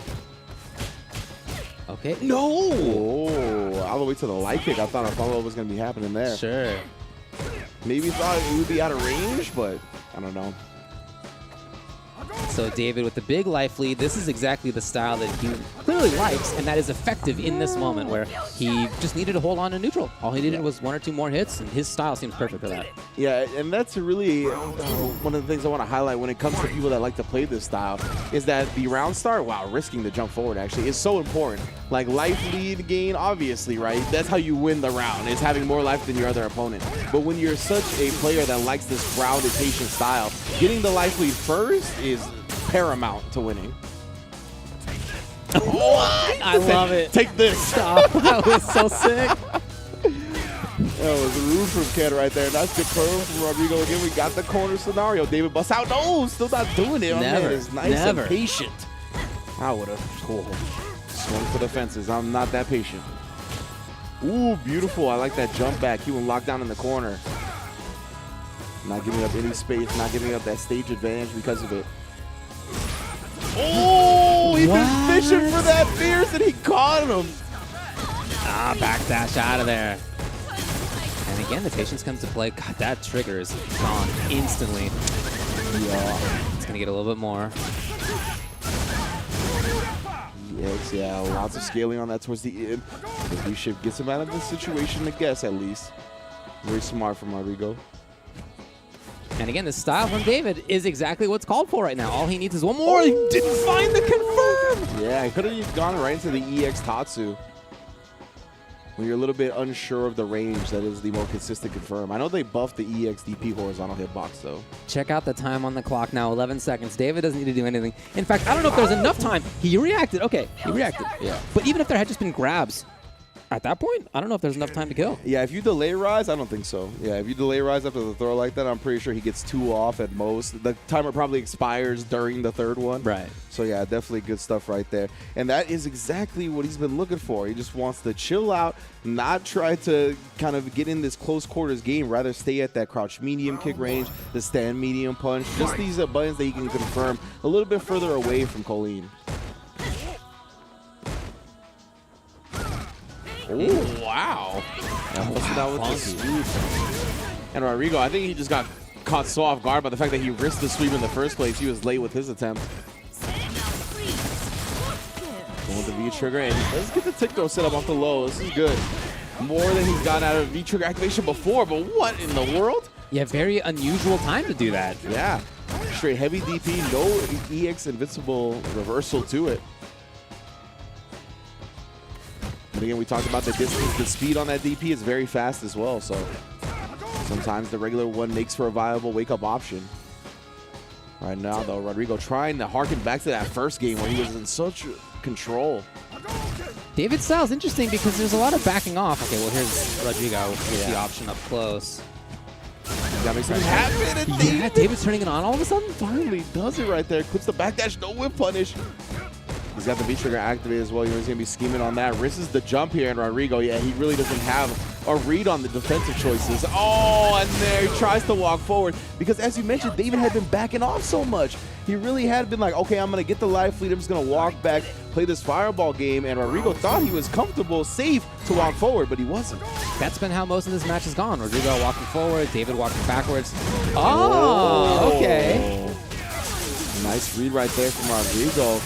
As soon as David gets the bar, he busts out. No bar to his name this time, delay rise. Oh, and he's still very active on defense, though. What a change. So different than last game. Oh, tried to maybe walk up and sneak in an EX beforehand, but it's very tough to time. Oh my god. Command grab. He is harkening back to that first game. That's how he closed it out, and we are in a final round. It just was such a different play style. And shout out to Rodrigo for being ready for a lot of that from David, because the difference between what David did in that round and previous rounds was astronomical. Yeah. Completely different Dashing rhythm. in. Finally, we see the EX anti-air as well. So much damage off that STO to follow up. Little stolen turn. Yeah. Wow, just a decent jump. And yeah, just weird button presses right now, catching Rodrigo off guard. Once again, the rhythm being switched up on him. Nice bait there, though. I can't believe how wild David's gone here later in the set. And Rodrigo guessing right on those opportunities, too. Will there be anything from David? No! He tried buttons again, and Rodrigo knew exactly what was coming there. Yeah, again, the difference between David in those last 2 rounds versus the David of the previous, all the rest of the match, was huge on defense. I mean, he never, we talked about it, he never did DP. He jumped so rarely, and as the set went on, there were more jumps. Yeah. And as the set went on, there were more DPs.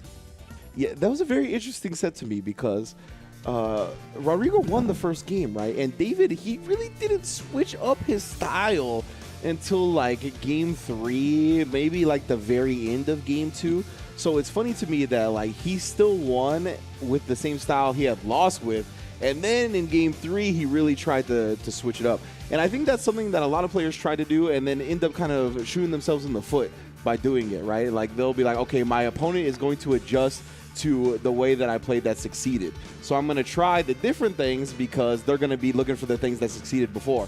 When sometimes you just got to stick to what works. It really does happen to a lot of players where they overthink themselves into a loss. Yeah, that might have been what happened there. David's out.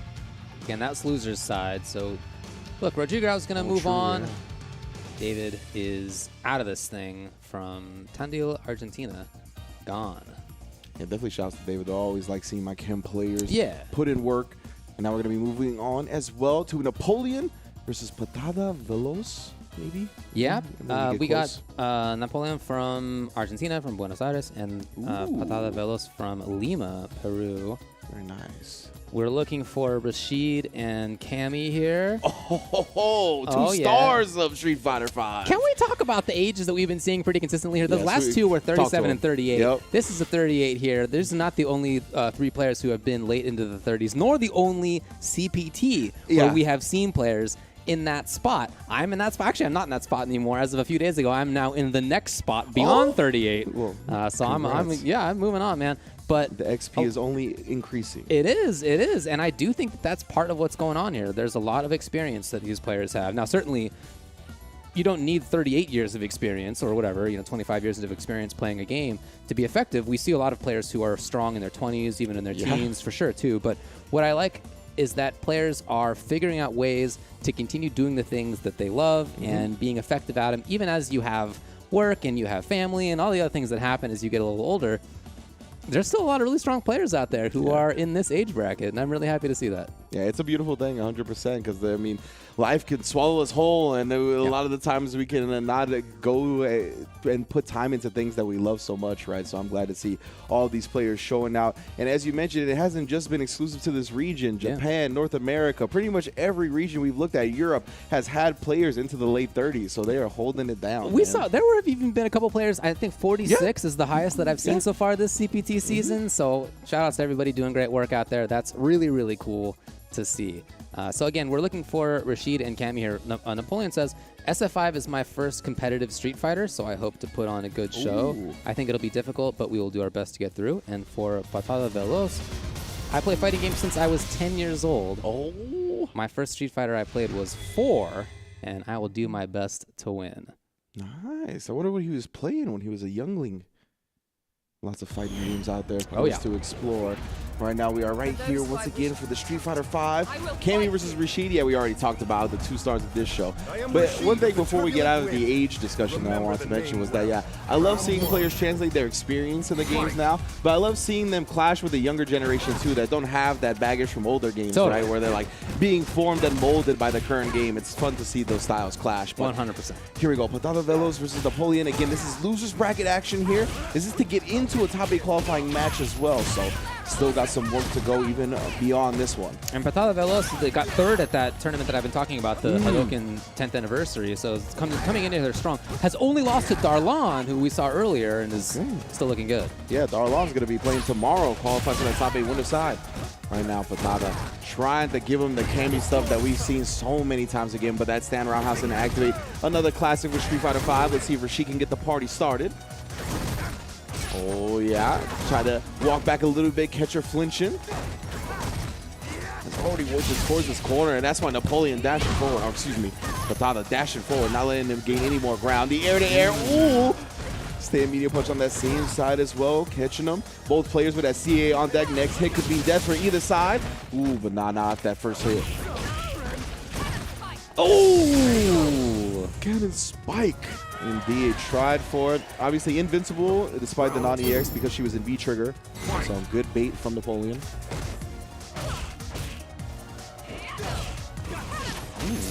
Nice confirm.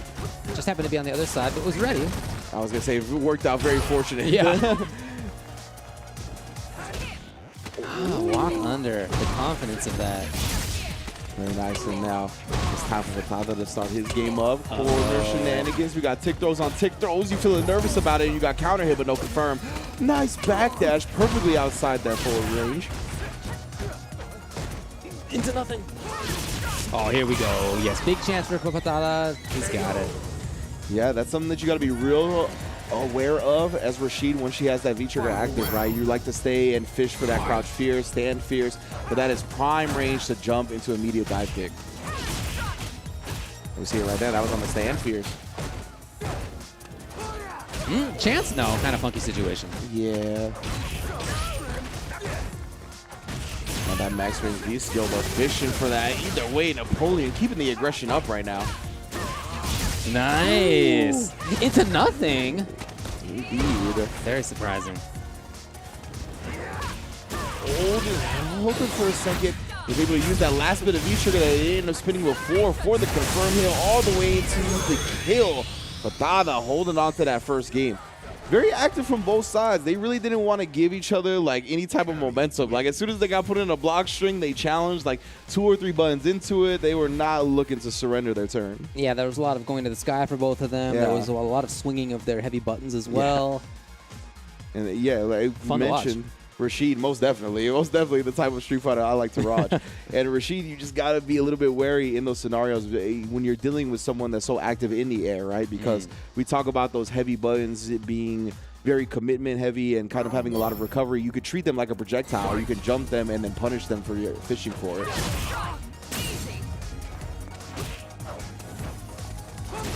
Oh, beautiful. My goodness. That was a ridiculous whip punish. That was so far. Yeah. That was all, like, I saw the hitbox, hurtbox interaction. Like, it was not the animations of the characters. Here we go. Speaking of long distance. Put the chain clutch on him. Oh, no, but we bust out. Very smart. Has some EX projectile invulnerability to it as well.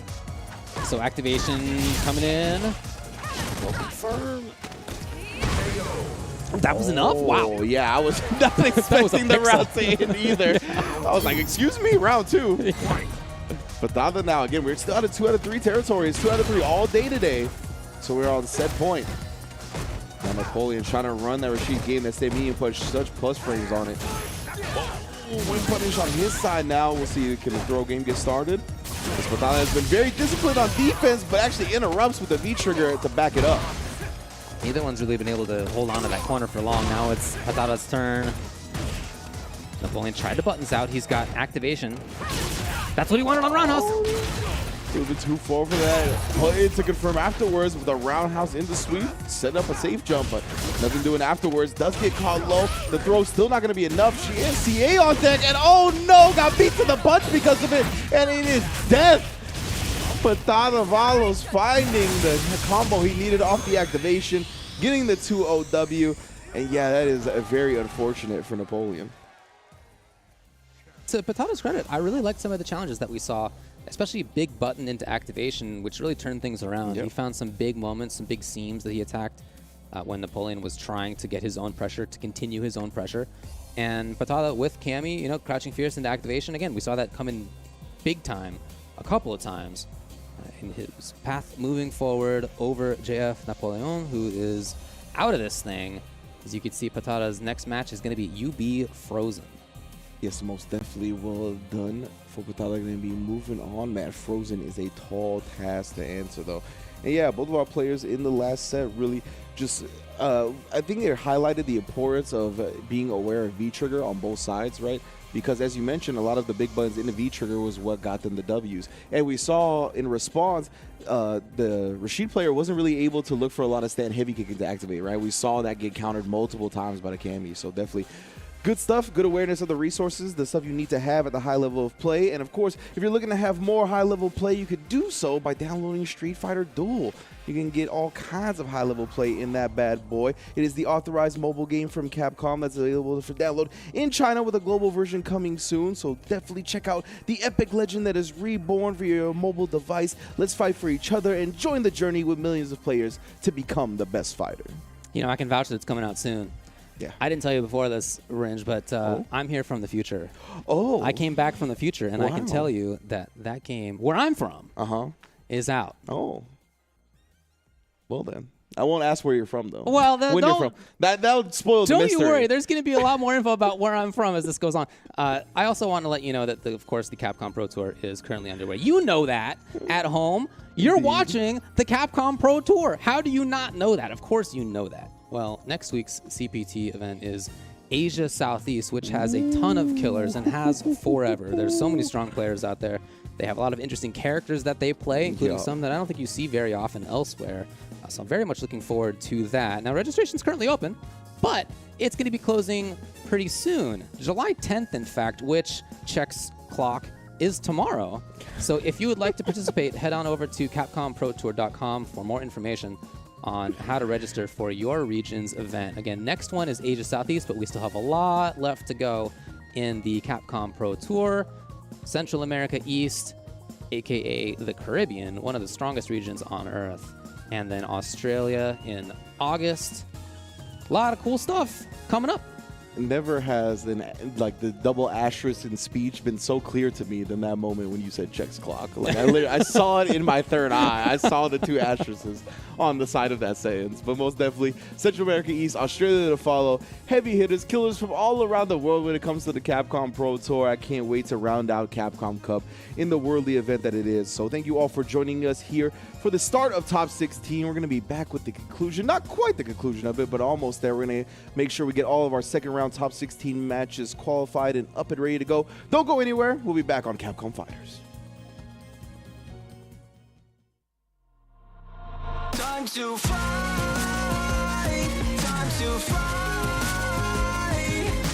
Never give up, we won't retreat. The ones who stand up turn defeat. So fight, time to fight. Glory waits for those who fight. We unite, we are street fighters.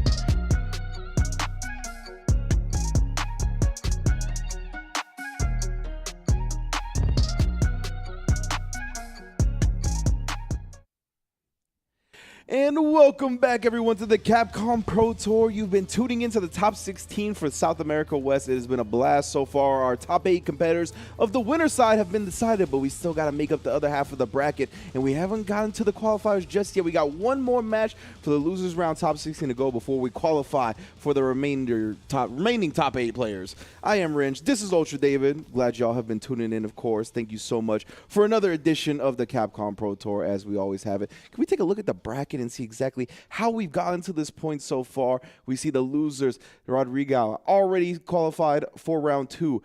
Patada already qualified for round 2, but we still got 2 more to see who we going with, and it's going to be, I don't know how to pronounce this one. It's going to be Detone. I'm going to go with Detone versus Jusa, and then Salvatore versus Kalito on the end. I'm going to say it's Detonation and Oh, Husa. my God. Bro, you had Chaos and Detonation. I'm done, son. Dude, I'm never reading a name again. I think You that's can right, read right? the Come names. on. You can read the names, on. David, It's just because Spanish orthography, man. because I am clearly blind. So I love it. embarrassed, It's a sick actually. name, actually. But come on. Detonation versus Husa. So You're doing this solo. I'm not talking anymore. you just take a big drink. Mm-hmm. From Santiago, Chile. Detonation, age 31. As you can see, we're going to be seeing Guile here, and then Luke on the other side. That's going to be Husa from Chile, who says, "I am someone who, no matter who my opponent is, I will give my best and more." Yeah, definitely. I mean, when you're rocking the Luke, you're definitely going to be giving your opponent the best at the very least, right? And most definitely. And Detonation on the other side, rocking the Guile. Okay. I'm going to see how this kind of plays out a little bit. I'm trying to remember how, like, the Tokido Daigo sets have gone. Some of the Lukes that have gone up against the Guiles, like the Momochi Higuchis. But Momochi mainly uses Cody nowadays, I guess. So I think in general, like, Guile should be pretty decent just because he doesn't have to play at that normal range that Luke is so good at, like the stand medium punch and whatnot. He can kind of play outside of that with the sonic boom pressure. But Sand Blaster's going to have a lot of good answers, especially once Luke gets EX or V-Trigger. There's going to be a lot of ways to kind of get around that projectile game. I also think it's interesting that what Detonation had to say is, I think the level of the region is very high, and therefore it will be a great challenge. I'm very happy and grateful for the instance, and I hope to give my best. But yeah, I think that's true, and I think that so far we have been seeing exactly that. There's clearly a high-level play here. Again, we've seen it before in the past. As far as the other stuff that Husa says, I have nothing to say about my opponent. I don't even know how I got here. Thanks, Luke, I guess. Greetings to my brother and to BLK Shadow. Yeah, that's pretty hilarious. All right. Again, we're on loser's side. Great little punish here from Detonation. We've talked about the power of the lack of expectations, though, before, right? Like, sometimes when the players are just happy to be here, they end up performing better than you think. Right now, the activate, all right, freezes the screen for a moment, but we got the anti-air ready subsequently anyway. Oh, yeah, now we got the Sand Blaster Sonic Boom game. This is what we talked about. Projectiles left and right. We are not trying to do any hand-to-hand combat. No. All key, all aura. Oh, punish, yes. Oh, yeah, that's, oh no, the big stand fierce range. A really nice little flash knuckle behind that. Plus frames didn't want to press into that. That's why we got the V reversal. Again, we must get into the projectiles. No, the close quarters combat. That's not where you want to beat Detonation. Stuck there. Oh, Charges. plus frames respects it. Nakusa. Pricey backed off a little bit. You get that spot to activate the V trigger. The little window there just in case of DP. The baby boom. That's a lot of gray life. Yeah, most definitely. This next Oh, no! Oh no! Times 2! First you, then me, and Husa gonna be benefiting greatly from that one. Very unfortunate right there. But hey, Husa will take it, of course. Thanks, Luke. Yeah. Right, it just whiffs on Luke for some reason. I don't know. Power of the main character. Oh yeah, air to air though. Husa doing a decent job here, trying to work him slowly to that corner, and that's going to be a big way to get to that corner. Yeah, big damage. Plus frames, knocking on the door a couple of times. Ah, hoping to see a bigger commitment, but Destination hanging out. He's got trigger. No! Never mind. Yeah. Oh my goodness, just dumped in the face. Tired of dealing with that pressure in the corner, but he's going to get slowly worked back to it again. This is doing a really good job of getting around some booms. I want to see more crouch medium kicks from Detonation. Oh. scared for a moment that the whiff punish was coming, but a little bit too late. Yeah, man, that is very strong. From Luke on the other side. DP again. No, patience and not. No, it's the anti-air uppercuts have been super on point for Husa so far. And that's not the easiest thing to do up against Guile, because a lot of the time players don't look for the jumps from Guile, right? It's a charge character. His moves come from charging back and down back. So usually he's not one taken to the skies. However, both times that he did, our Luke player was ready for it. Yeah, and I really liked how Husa navigated where booms were going to be, especially in the last round right there. Did a great job of jumping at safe spots, at range. Oh, no. Huge jump in. And again, reading the booms effectively. Oh, overhead from long distance. And again, detonation. Going with some haymakers. That's gotten him out of some corner scenarios so far. Okay, he's done it every time. Yep. Like the non-charge flash knuckle, he's been doing the V-shift consistently. Oh, try to charge it at that time.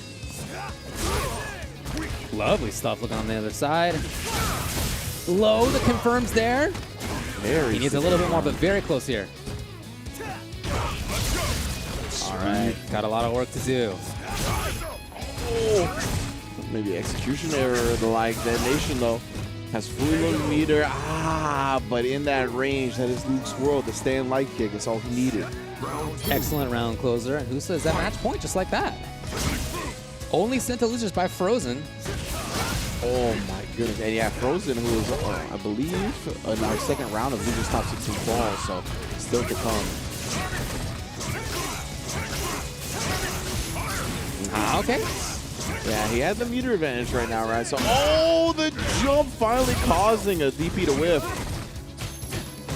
Challenging on the ground, looking for him to do anything greater, but still he's going to be able to activate that V trigger.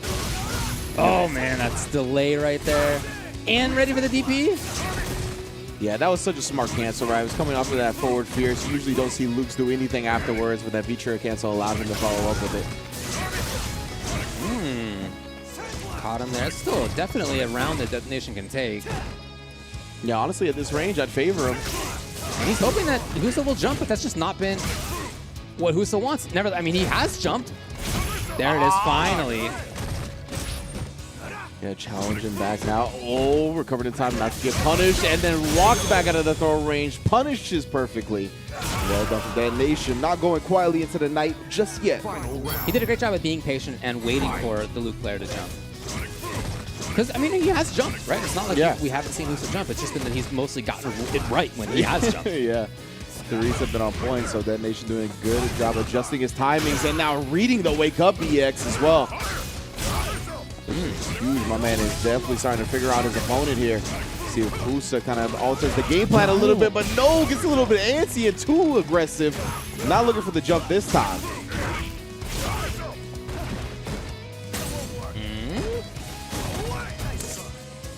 Yeah, still could have punished that, I believe. Even with the charge up. Detonation knows he's nice and comfortable with this life lead. Oh, until he risks the boom and gets jumped in on. Still a heavy life lead here, but it could melt away quicker than you think because of that stun bar. Ooh, no confirm on that. That could have been huge. Oh my This is terrifying all of a sudden. Yeah, you get stunned, you're dead. Oh, nice job from Detonation holding on to it, clutching out the game. Got the V-trigger activation when he needed it the most, and that was able to reset the momentum. Yeah, that really seemed like it was getting scary, but patience, you know, he held out in the end. He got it. Something that you can take away from that, and not just the W in the game, but also that he can play that patience, and we saw that a couple of times. Yeah, and the comeback was imminent because your life bar, like, it's deceptive when you have that stun built up like that. Like, a one-hit stun ends up being, a lot more damage than you think it's going to be. Great air-to-air. Was looking for it again. That's why we got such an early jump button from Husa. Oh, my God. The boot. Showed him the heel twice. I love the way both players are kind of adjusting in that mid-range, trying to press some of the bigger buttons that go a little bit further. Yeah, they both have so many tools there. The jump was right. Looking for the confirm at that range. Oh, interrupted the hits of the sweep. Oh, that's supposed to be +1, but challenged anyway.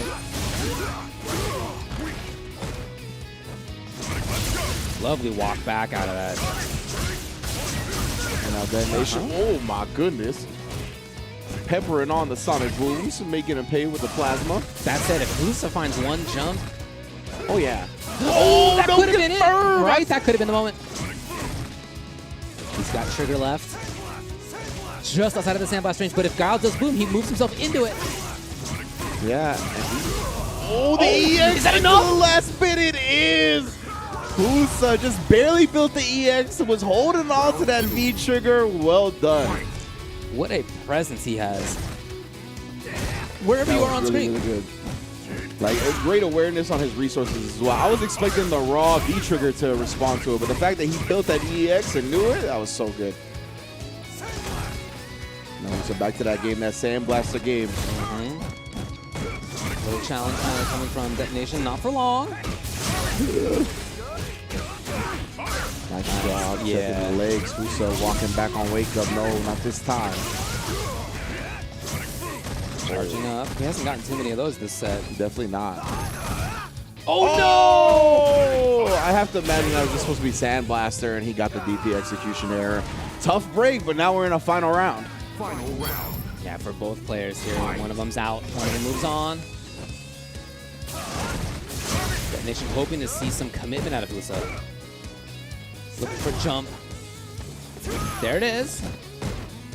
Got it. He'll definitely be satisfied with that anti-air. Ooh. Oh, Husa is exactly where he wants to be now. Receiving the jump, but then Nation had the charge rate that time. One of the easiest anti-airs is going to get. Ooh, you can confirm off that. The routes are a little bit different now, though. Just walking here, so there's no jump. Oh, he finally finds the forward fierce crush counter. No confirm off the crouch jabs, though. Husa very much in control. Uses the +1. Yeah, he does it correctly this time, but no big combo, and he ends up running into a sonic boom.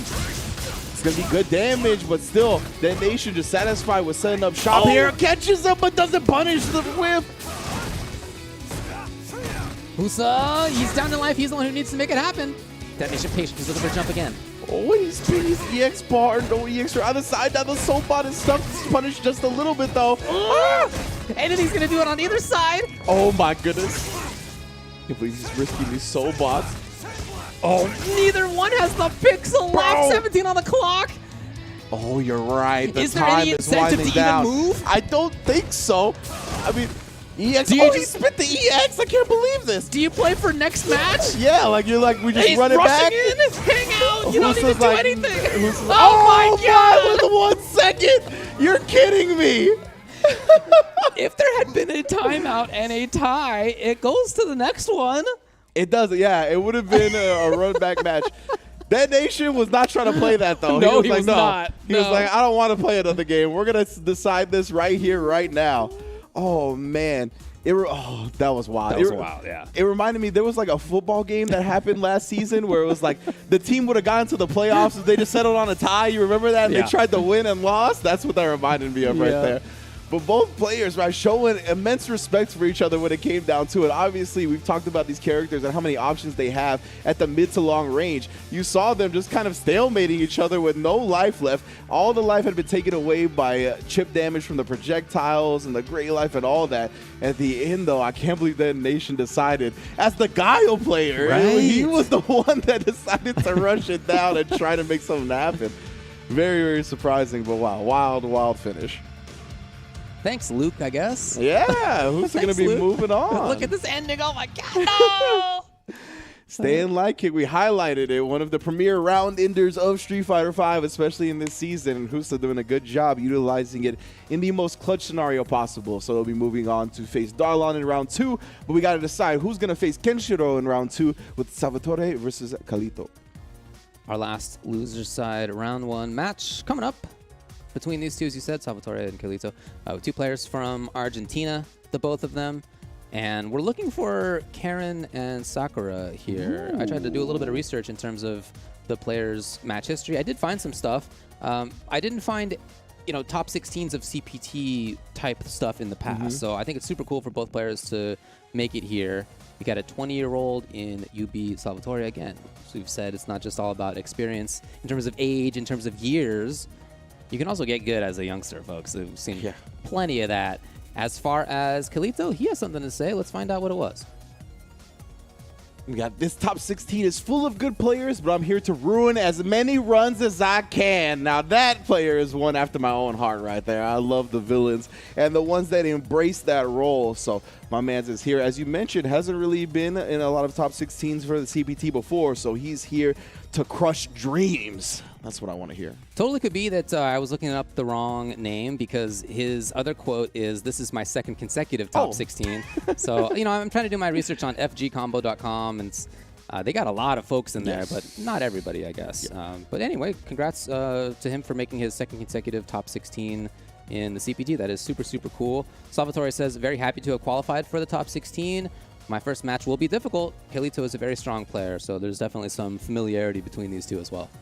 Good. I'm glad to see it. And, man, we are going to get our steps in with this matchup, by the way. Karen versus Sakura, we got walk speed on deck with both characters. So I'm expecting a whole lot of ground game, a whole lot of ground movement. I want to see if there's going to be, like, these slight micro walk manipulations between the two when it comes to the ground game.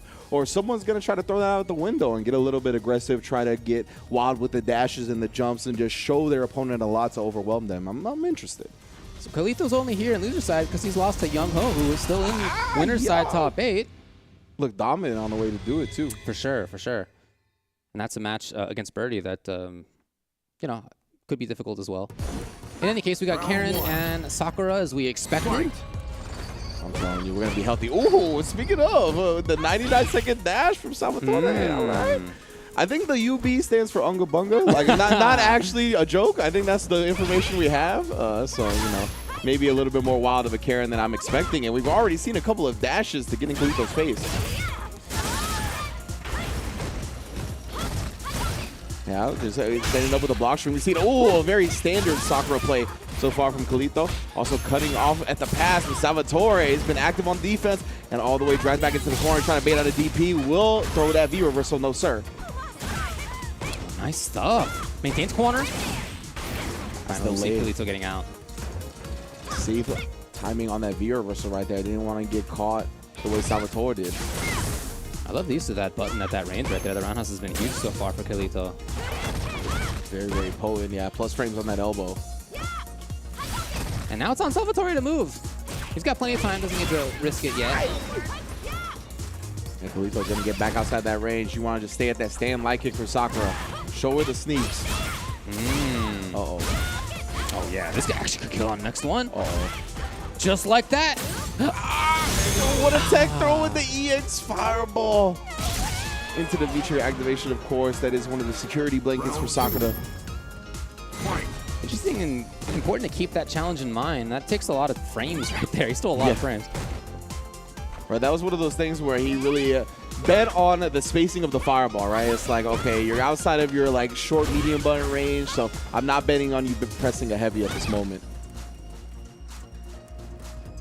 Now Kalito right back into it. Just really likes this ground game. Has been pretty successful at it despite having the life deficit now. It's Salvatore cashing out on that big Karen low medium kick damage. Activation.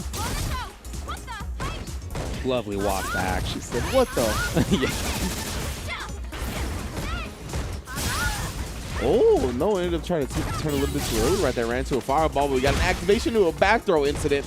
Now Salvatore, the screen to work with, all the space to work with, gets the cross under after the anti-air and cleans up the round. We saw a very similar jump in almost exactly the same situation last time from Kalito. This time Salvatore was looking for it. Good quick adjustments. That's what we need to see at this level. See Kalito once again. Really being the aggressor so far in the match, kind of walking down his opponent. Yeah, the roundhouse, another blade you highlighted before, paying dividends here. Oh, now you get caught reaching, a lesson being taught. Uh-oh, you ain't going nowhere. They're gonna have to guess for game. Grab might do it? Yeah. Yes. Exactly the situation that Kalito wanted. Most definitely. Just walked right in and out. We said we were going to get our steps in. Bust out the Apple Watches, count your steps. These characters' walk speeds are ridiculous. And because of that, their shimmy game is some of the best in the business. That's it. They can both beat each other's shimmy games. Like we saw Hogasho right from Sakura. A lot of characters are just stuck there after that. Yeah. Karen just walks backwards just out of there. It's like, yeah, okay, pal. Yeah. Maybe some on these slower folks, but not me. And then in addition to that, her crouch medium kick range is so great that she can walk back, and if you commit to an option, she might whiff punish you. Ooh. Tried to steal a big turn. No. Got way too close for comfort on that one. Suddenly a bit of a chase. I like that Salvatore hasn't always been chasing. It's been a lot of patience, too. Oh, yeah, with her superior forward walk speed there from Sakura. Just walked up for the grab. I love that. That's a corner from Salvatore. Yeah, but how are we going to set up shop here? Tick throw to start off. Ooh, the slight hezzy actually trying to get caught doing something in between the shoulder. Really wants to maintain corner control. And nothing following up right there. Didn't have any V-trigger to cancel into or the like. Oh, is that a no? It didn't quite work out how Kalito wanted, so round goes to Salvatore. Yeah, if that fireball didn't dissipate, she's going to land right on it. But the detriment of Sakura's fireball coming into play there.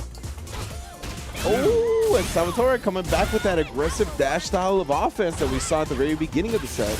Ooh, waking up with the stand light kick, though. Again, betting on those ranges. Yeah, much more about forward movement, looking for grab. Oh, that's done. Yeah, gotta kill on this. Showing her the stars. And I don't just mean Karim coming through 1-1 like that.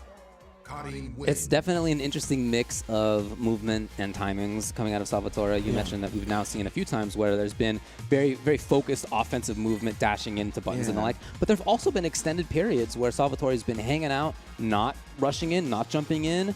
And that doesn't always work out to his benefit. But nevertheless, you can see that he has both sides of that. Yeah, that's what I'm very interested to see how this last game plays out. Because Kalito, they're both sticking to their styles. Oh, and they both have a W.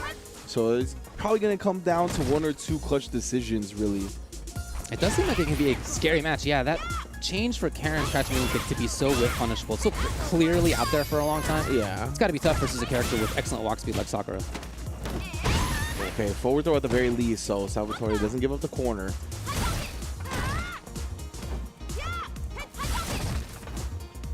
And Kalito right now going to work his way back towards the mid-screen. We've gotten it. See if the roundhouses start coming out again. One crush would give him trigger as well. Ooh, gets cut off with the pass by Salvatore. Oh, I love this Smart. offensive Vera. Very smart indeed. Doesn't have any to use again. So he's backing up for now. Make Sakura come to her. Oh no! The fireball and the DP juggle afterwards. Great awareness. Tack on some more damage. Every little bit counts. That was coast to coast, by the way. Kalito now has the corner just like that. Yeah, we saw a dash right there, but rarely that aggression has come out from Salvatore this round. Sweep, a big bet without a V-trigger to cancel into, but it worked out. Oh, out of there. Yeah. 15, 14 now. 10. Can Kalito even make it happen? Does he have enough time? I'm not sure. Oh my goodness. The challenge from Salvatore? That's what I'm saying, bro. I can't believe he ended up doing something. Thought he would have waited. However, he does hold on to that first round. Got a little bit scarier than I thought it was going to get. Ooh, once again, both players showing off the red bottoms. You said what the a couple of times, Sakura. You can't throw her. It's hard, bro. Oh, lovely. Whip punish was there. Yeah. It's going to be good damage. It's going to be some Oki. Yeah, heavy reversal again from Salvatore. That's pretty much what he's utilized his V-meter for. That's a ton of gray life on Kalito's side. In fact, if he gets hit, he might die. Yeah, exactly. Ooh, respecting the fireball. That one doesn't dissipate. It was enhanced. EX though -2. It takes the throw afterwards because of it. Hey! Oh, all right then. Salvatore. Ends up taking it. Nice work. Nice work from him. By the way, just to you know, I said earlier that I hadn't seen a lot of results from him in this region. And on further review, he said, it's the first time that I'm participating in an important tournament in this region. Oh. Since 2 months ago, I came to live in Argentina. Wow. Which allowed me to meet high-level players. My best participation in an important tournament was last year in EVO Online LATAM Central, where I got 5th place. Oh, okay. So that's cool. Actually, traveling a little bit, is competing in a different region now. We're seeing him show, wow, 1 match away from top 8. And yeah, did a great job on the Karen, really. Kind of mixing up the pace a lot. Definitely caught his opponent off guard a lot of the time.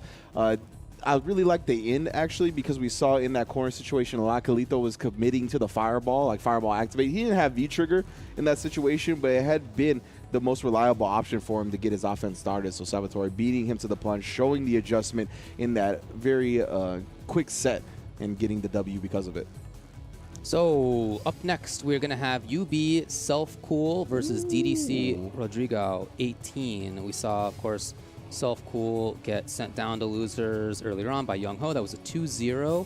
But of course, we know that Self-Cool has had great results in the past. Yes. Or as we mentioned, second at that tournament that I've been talking about, Hadoken 10th anniversary, and 3rd CPT 2021 in this region.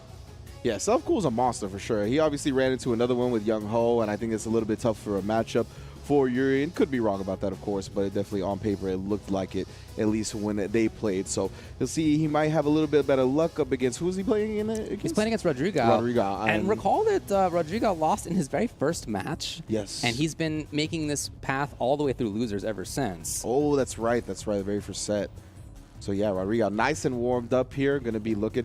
That could be to his detriment, though, right? That's a lot of games up until that point. The mental endurance can be waning thin at this point, but it is the last match of the day, right? You've played all those matches to get to this point, and now you get the rest if you're able to get the W here. So, you know, he's going to be wanting his Self-Cool, obviously going to be trying to bounce back. I think he's going to be happy that he doesn't have to deal with a character as strong, or that gives Urian as much problems as Birdie, I think, on the ground.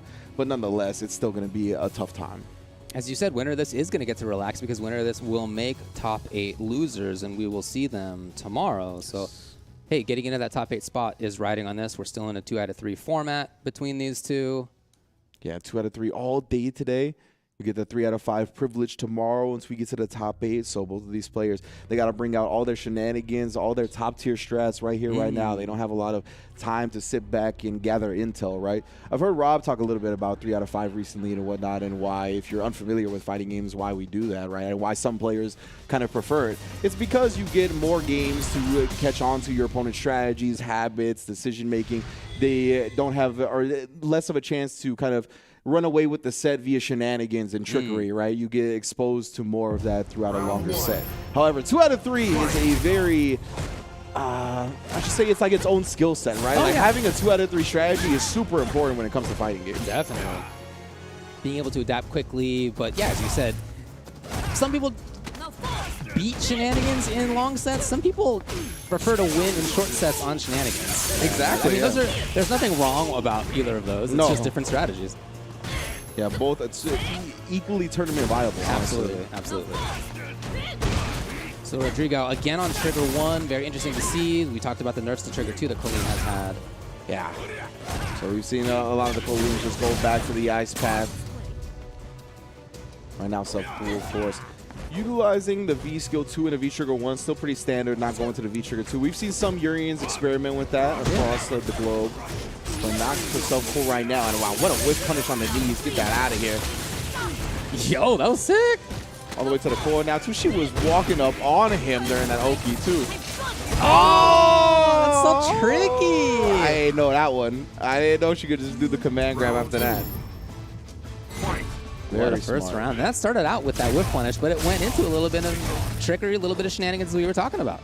Yeah, and honestly, to be the best tournament player you can be, you got to have both. Oh, for sure, for sure.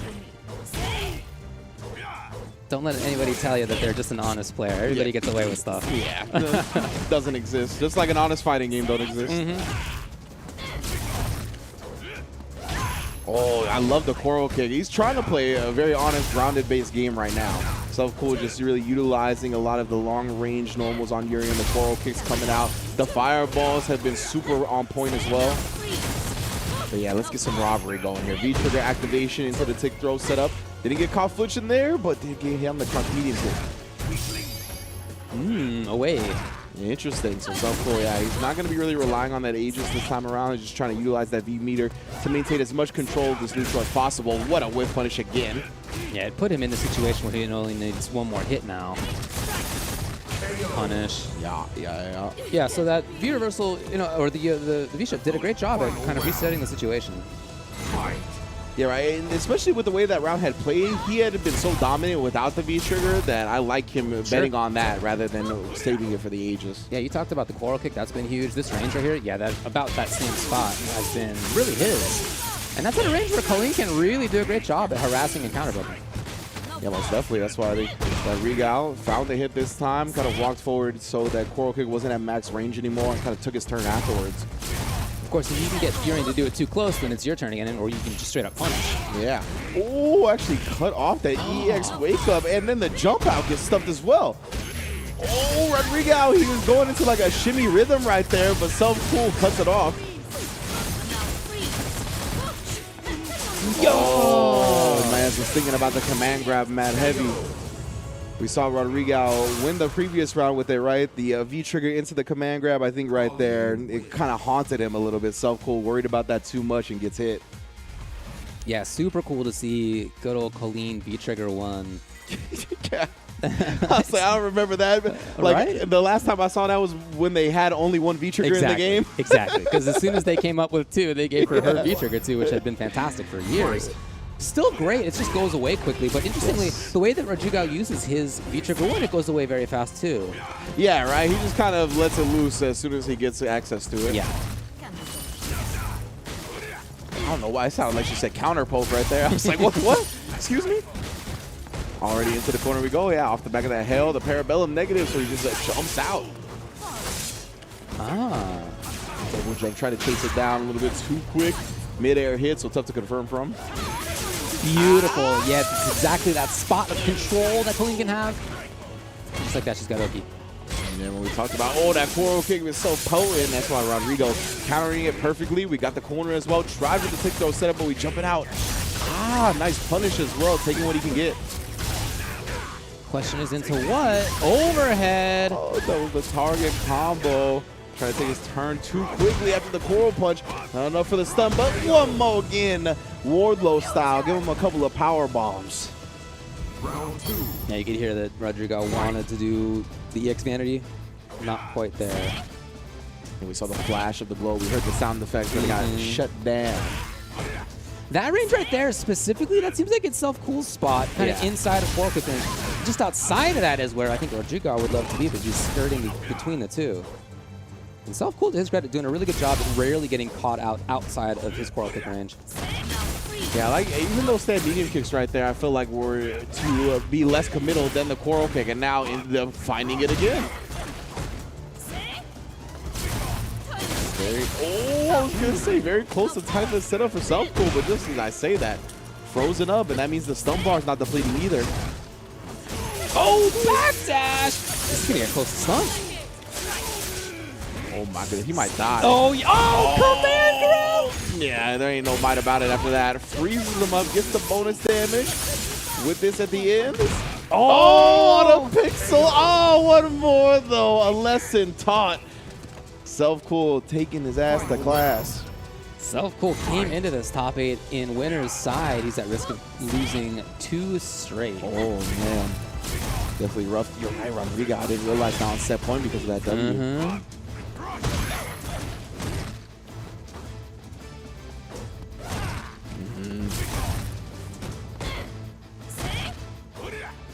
Yeah, that range right there that they're walking in and out of, it's so much about the medium kick, the coral kick, the whiff punishes that we could see out of Paulino. Suddenly EX. Yeah, whiffing right beforehand, just kind of giving Rodrigo that false sense of security that he can move forward. Something that the EX tackle can take away immediately. Wow, the charge fierce after. No confirm after that. It was pretty far away. Taking a turn again. And Self-Cool spending the bar to get out of there. Not EX though. Oh, that could have been a big moment for Rodrigo. Yeah. Being left on the table, and the EX once again. He loves whiff button into EX for sure. As most Urians do, right? Like we said, it's just one of those things that you see a whiff button on your opponent, you think that at the very least you could probably move forward. But I mean, 7-frame startup on that EX, it takes away that option real fast. It's just been fascinating to watch that battle for that specific spot on Yeah. screen. It's rare that in a match you really get to boil it down so much to like a very specific positioning. But whether they're in Urian's medium kick range or coral kick range or way up close, which is where Rodrigo would rather be, or just outside of it where Rodrigo would also rather be, oh, and then into nothing. Yeah, Rodrigo, he's definitely loved some clutch damage on the table with some drop combos. Good anti right there. But yeah, exactly. That range right there. And I want to see if Rodrigo, we've seen him a couple of times walk out of it and get the whiff punish, but not often. Self-Cool has been super disciplined about when he does it. But like, because people are thinking, both these players are thinking so heavily about that, I was going to say it opens up to like maybe some dashes, maybe some jumping, which we saw Rodrigo kind of utilize right there, and we get the crush counter with that roundhouse there. Rodrigo's ready to go on that trigger.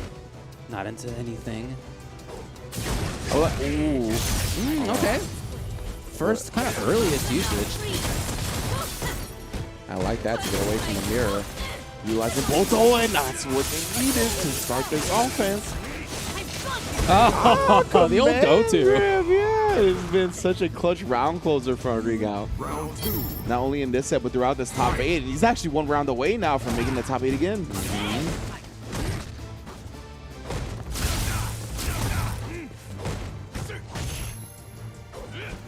Let's see now. Self-Cool. Oh. You know, he's started to move. Yeah. We're seeing more dashes from Self-Cool. Yeah, he's not as confident in his coral kick offense as he was in the previous rounds. Yeah, I agree. Oh yeah, he's definitely second guessing a lot of his neutral decisions at the moment. Trying to find something to switch to. Oh wow, what a whiff punish.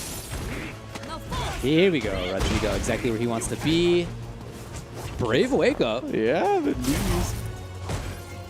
Coming through in the clutch, even conserve meter while doing it. No buffer ready that time. Again, whiff into the EX, clutch stuff. There's that range. Oh, suddenly exactly at the right time. Rodrigo, he had the EX behind him too. We've seen him drop some combos, but the buffer was ready. Oh, and you try to take your turn a little bit too early. The V-trigger cancel was there, and Rodrigo gonna qualify in top 8 off the back of it.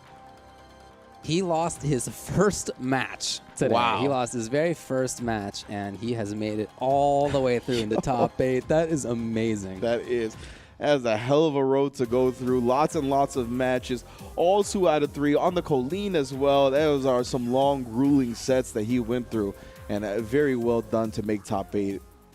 Unfortunate for Self-Cool. It's not going to work out for him, having lost to Young Ho and then to Rodrigo here. Yeah, certainly somebody that we were thinking about, that we were looking at. Yeah, I would top 8 started. 100% would have Or top predicted 16. him being in top 8, right? Like, it's so cool. Definitely one of the players I'm more familiar with from the region. But, man, shut down today by Rodrigo on a tear from the loser's bracket. Started there to start the entire tournament, not just our top 16, and has made it all the way into the top 8. We talked a lot about that specific spot around Coral Kick and around Stand Medium Kick from Urian, and I think you were so right when you said that you felt like there was less certainty on Self-Cool's side. He was less confident in that range as the set went on. We started to see him dash more. We started to see buttons at different timings than before, a little bit less effective. So good work to Rodrigo for forcing Self-Cool off of his game. Rodrigo was still there. Part of why he won that last round was the whiff punish that he had with Stand Medium Punch directly into the business. Yeah, exactly. I mean, that was a real good adjustments. I'm glad to see him in top 8 tomorrow. He definitely kind of clutched out the round. As the set kept going, he played better and better. So considering that he had already played so many matches up until that point and was still improving throughout that set, definitely lets me know he is in prime shape for tomorrow. Here I am, Ringe, back from the future. Oh, where I have enjoyed playing Street Fighter Duel. Yeah, it was a real funky experience. You know, there I was just trying to deliver a pizza. You know, I'm a delivery boy. And it turned out that it was just like a fake call. So I just decided to relax against this cryo chamber, and I fell into it. Wow. Yeah, causing me to teleport hugely forward in time. I woke up and, you know, it's been a lot of shenanigans and a lot of experiences. So but you woke up and a Cyclops alien and a robot were there and were like, hey, have you heard of Street Fighter Duel? have we already talked about this story? I mean, you know. I guess I forgot. Maybe, you know, being from the future, it's a little bit hard to keep time. Yeah, I it's guess I okay. had already Yeah. told you my backstory, but as a result, I have been playing Street Fighter Duel. You guys can eventually too. It's the Capcom authorized mobile game that's now available for download in China, and a global version will be coming soon. I guarantee it. You're most Because definitely. I know. Yeah, you're from the future. I'm from the future, where the epic legend has already been reborn on mobile for me. Download Street Fighter Duel now, and let's fight for each other and join the journey with millions of players to become the best fighter. And I guess if I was really on point, I would have said one-eyed mutant instead of one-eyed alien. But that's beside the point, really. What we're looking with right now is to crown another Capcom Cup qualifier so we can get these CPT tracksuit costumes unlocked. You know what I'm saying? I want all the colors for everybody to be available. So hopefully we keep getting these unique victories for CPT so we can keep getting these tracksuit colors unlocked. A bunch of them have been unlocked already. A bunch of phenomenal players have qualified. We got Momochi unlocking the Cody costumes last week. Actually, a lot of the colors look super sick as well, especially the Capcom ones, like the blue-yellow tracksuit actually looks mad clean.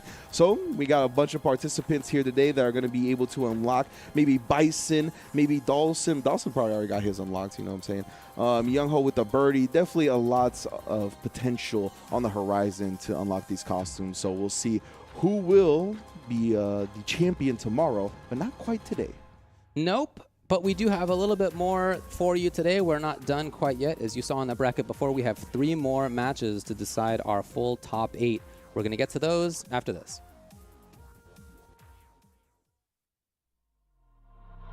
Time to fight, time to fight. Never give up, we won't retreat. The ones who stand have turned to feast. So fight, time to fight. Glory waits for those who fight. We unite, we are street fighters.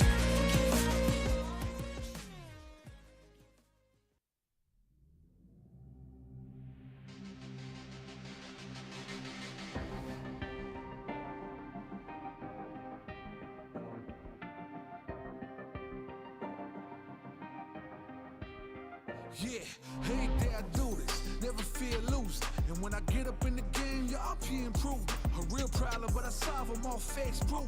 And if you think I'm gon' fold, then you talking fool.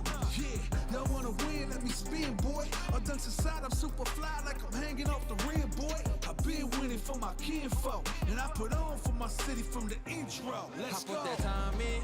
My pride is out the roof, I get that grind in. So I'ma tell the truth, I get my grind on. You know the pressure make all of these diamonds. I tell them get back, step back, fast track, big lap, big facts. I'm past that, yeah. I'm trying to get ahead, get out the way. Now move forward, stand back. Now break away, I'm about to bring it on. I ain't never backing down. Come and step up to the plate. For my city, for my town. I do whatever it takes. I'ma go and get this round. Oh, I'ma go all of the round.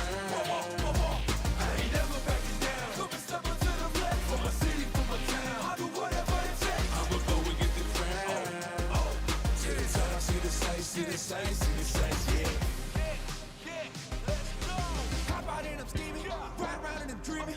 Once I get the feeling, nobody can stop me. Hit it, I'm on gold, fending all you foes. Once I'm on the road, I'm knocking out of the door. I got the range. If you wanna come and stand up to me, pull up on me now. If you wanna challenge, tell me, rookie, run up on me now. I'm on the road to the top and I'm not looking back. I'm on the road to the top and I'm not looking back. I ain't never backing down. Come and step up to the plate. For my city, for my town. I do whatever it takes. I'ma go and get this round. Oh, I'ma go all of the round. I ain't never backing down. Come and step up to the plate. For my city, for my town. I do whatever it takes. I'ma go and get this round. Oh, to the top, see the sights, see the sights, see the sights, yeah. Yeah, we going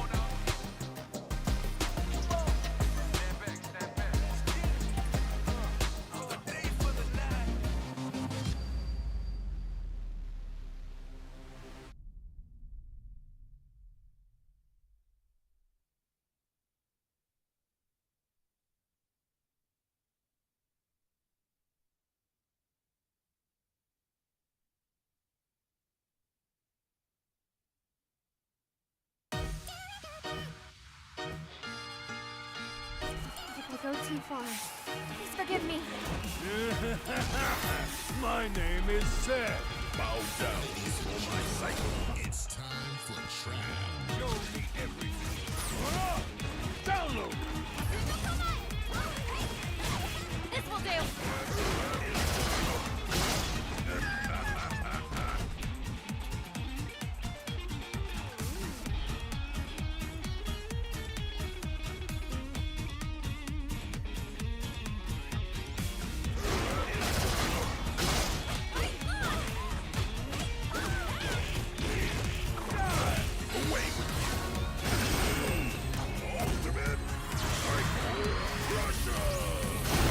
See what I'm really made of. I'll settle this. It's the end. Let's go.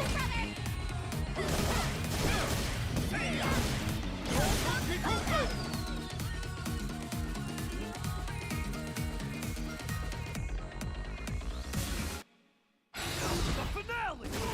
You can't escape.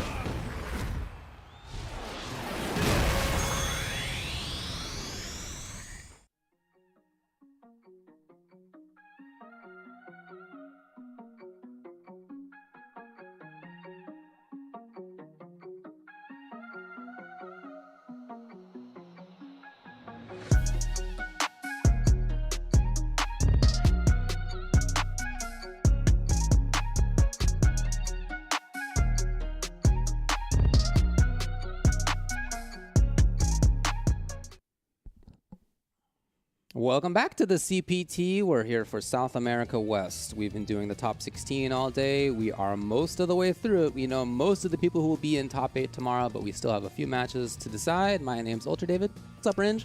Big chillin', David. It's been a good top 16 so far, man. You're back from the future. Glad to have you. Everything went according to plan, as it usually does here. And we're going to find out who is going to be in our script tomorrow with the rest of the matches today. Find out who joins our competitors in that top 8. We already see Rodrigo, our first participant, in the loser side of things, but he's got a couple of players that are going to be looking to join him. Next up, of course, we're going to start with UB Frozen versus Lica Vida Patado Veloz.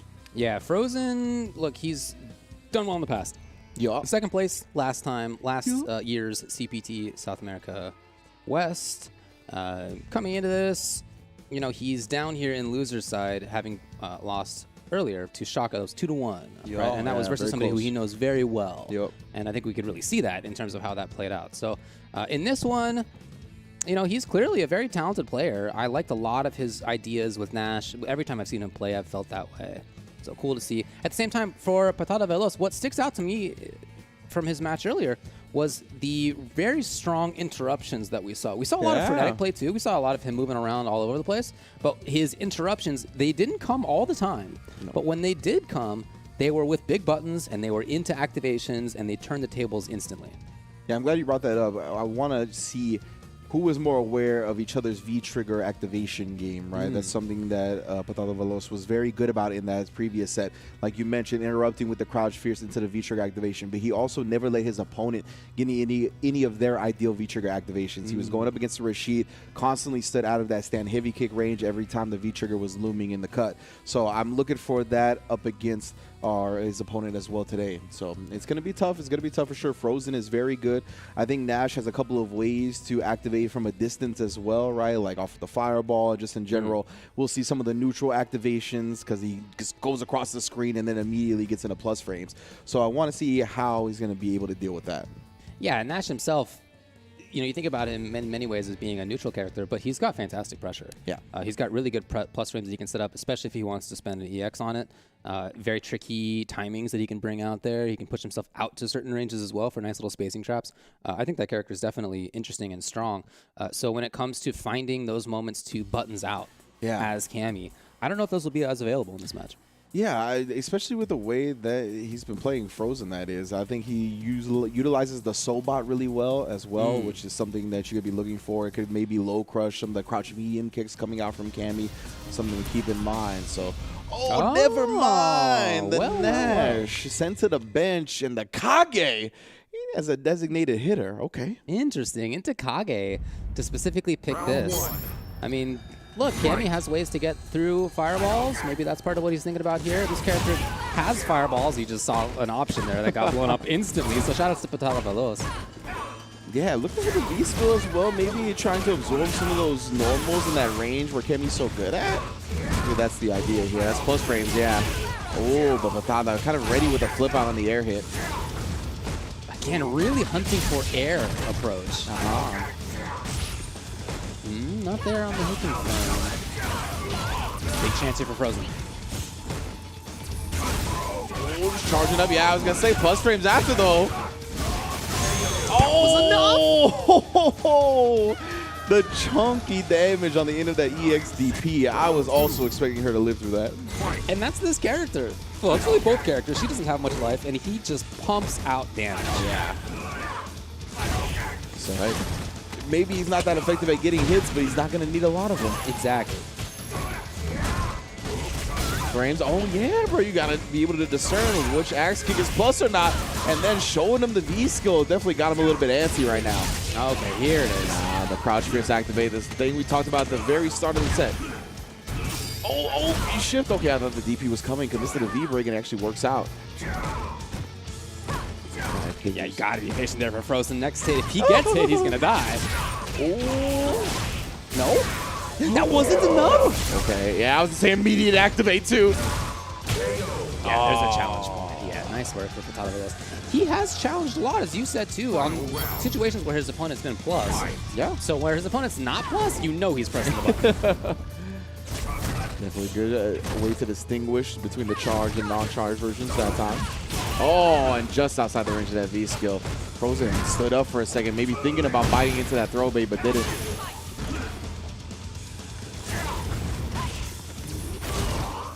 It's what I say. I actually did like that jump fireball right there. It looked like a bait on an anti-air attempt.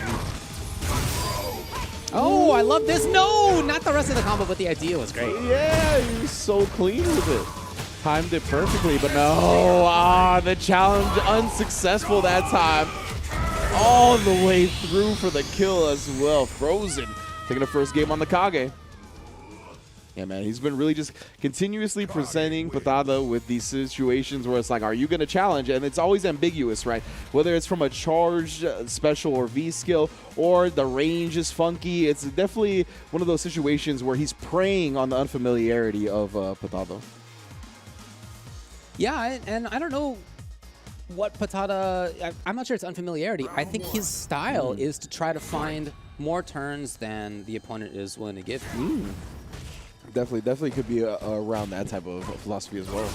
Just kind of like, oh, so active that the bets have just not been working out. Trying to keep a very different range here now is Patala. Ooh, big dash. These ranges, you know, that we've been seeing Frozen do the air fireballs, they have been pretty cool. Yeah, it's definitely an interesting theory of fighting Cammy. Yeah. Not enough, and we saw Frozen do good work on a pixel last time. Oh, yeah. Freezes the screen for a second. That means the anti-air was coming in. Oh, pressing buttons on plus frames. That means the next hit is death. What are we going to do? Back throw for the kill. Frozen now, set point. Amazing comeback. And both of those rounds where he was down almost no life. But that said, a big part of this is Patala pressing buttons in situations where it is not his turn. Wow, and that red fireball was spaced perfectly. Not that one, but the one before. Right, okay.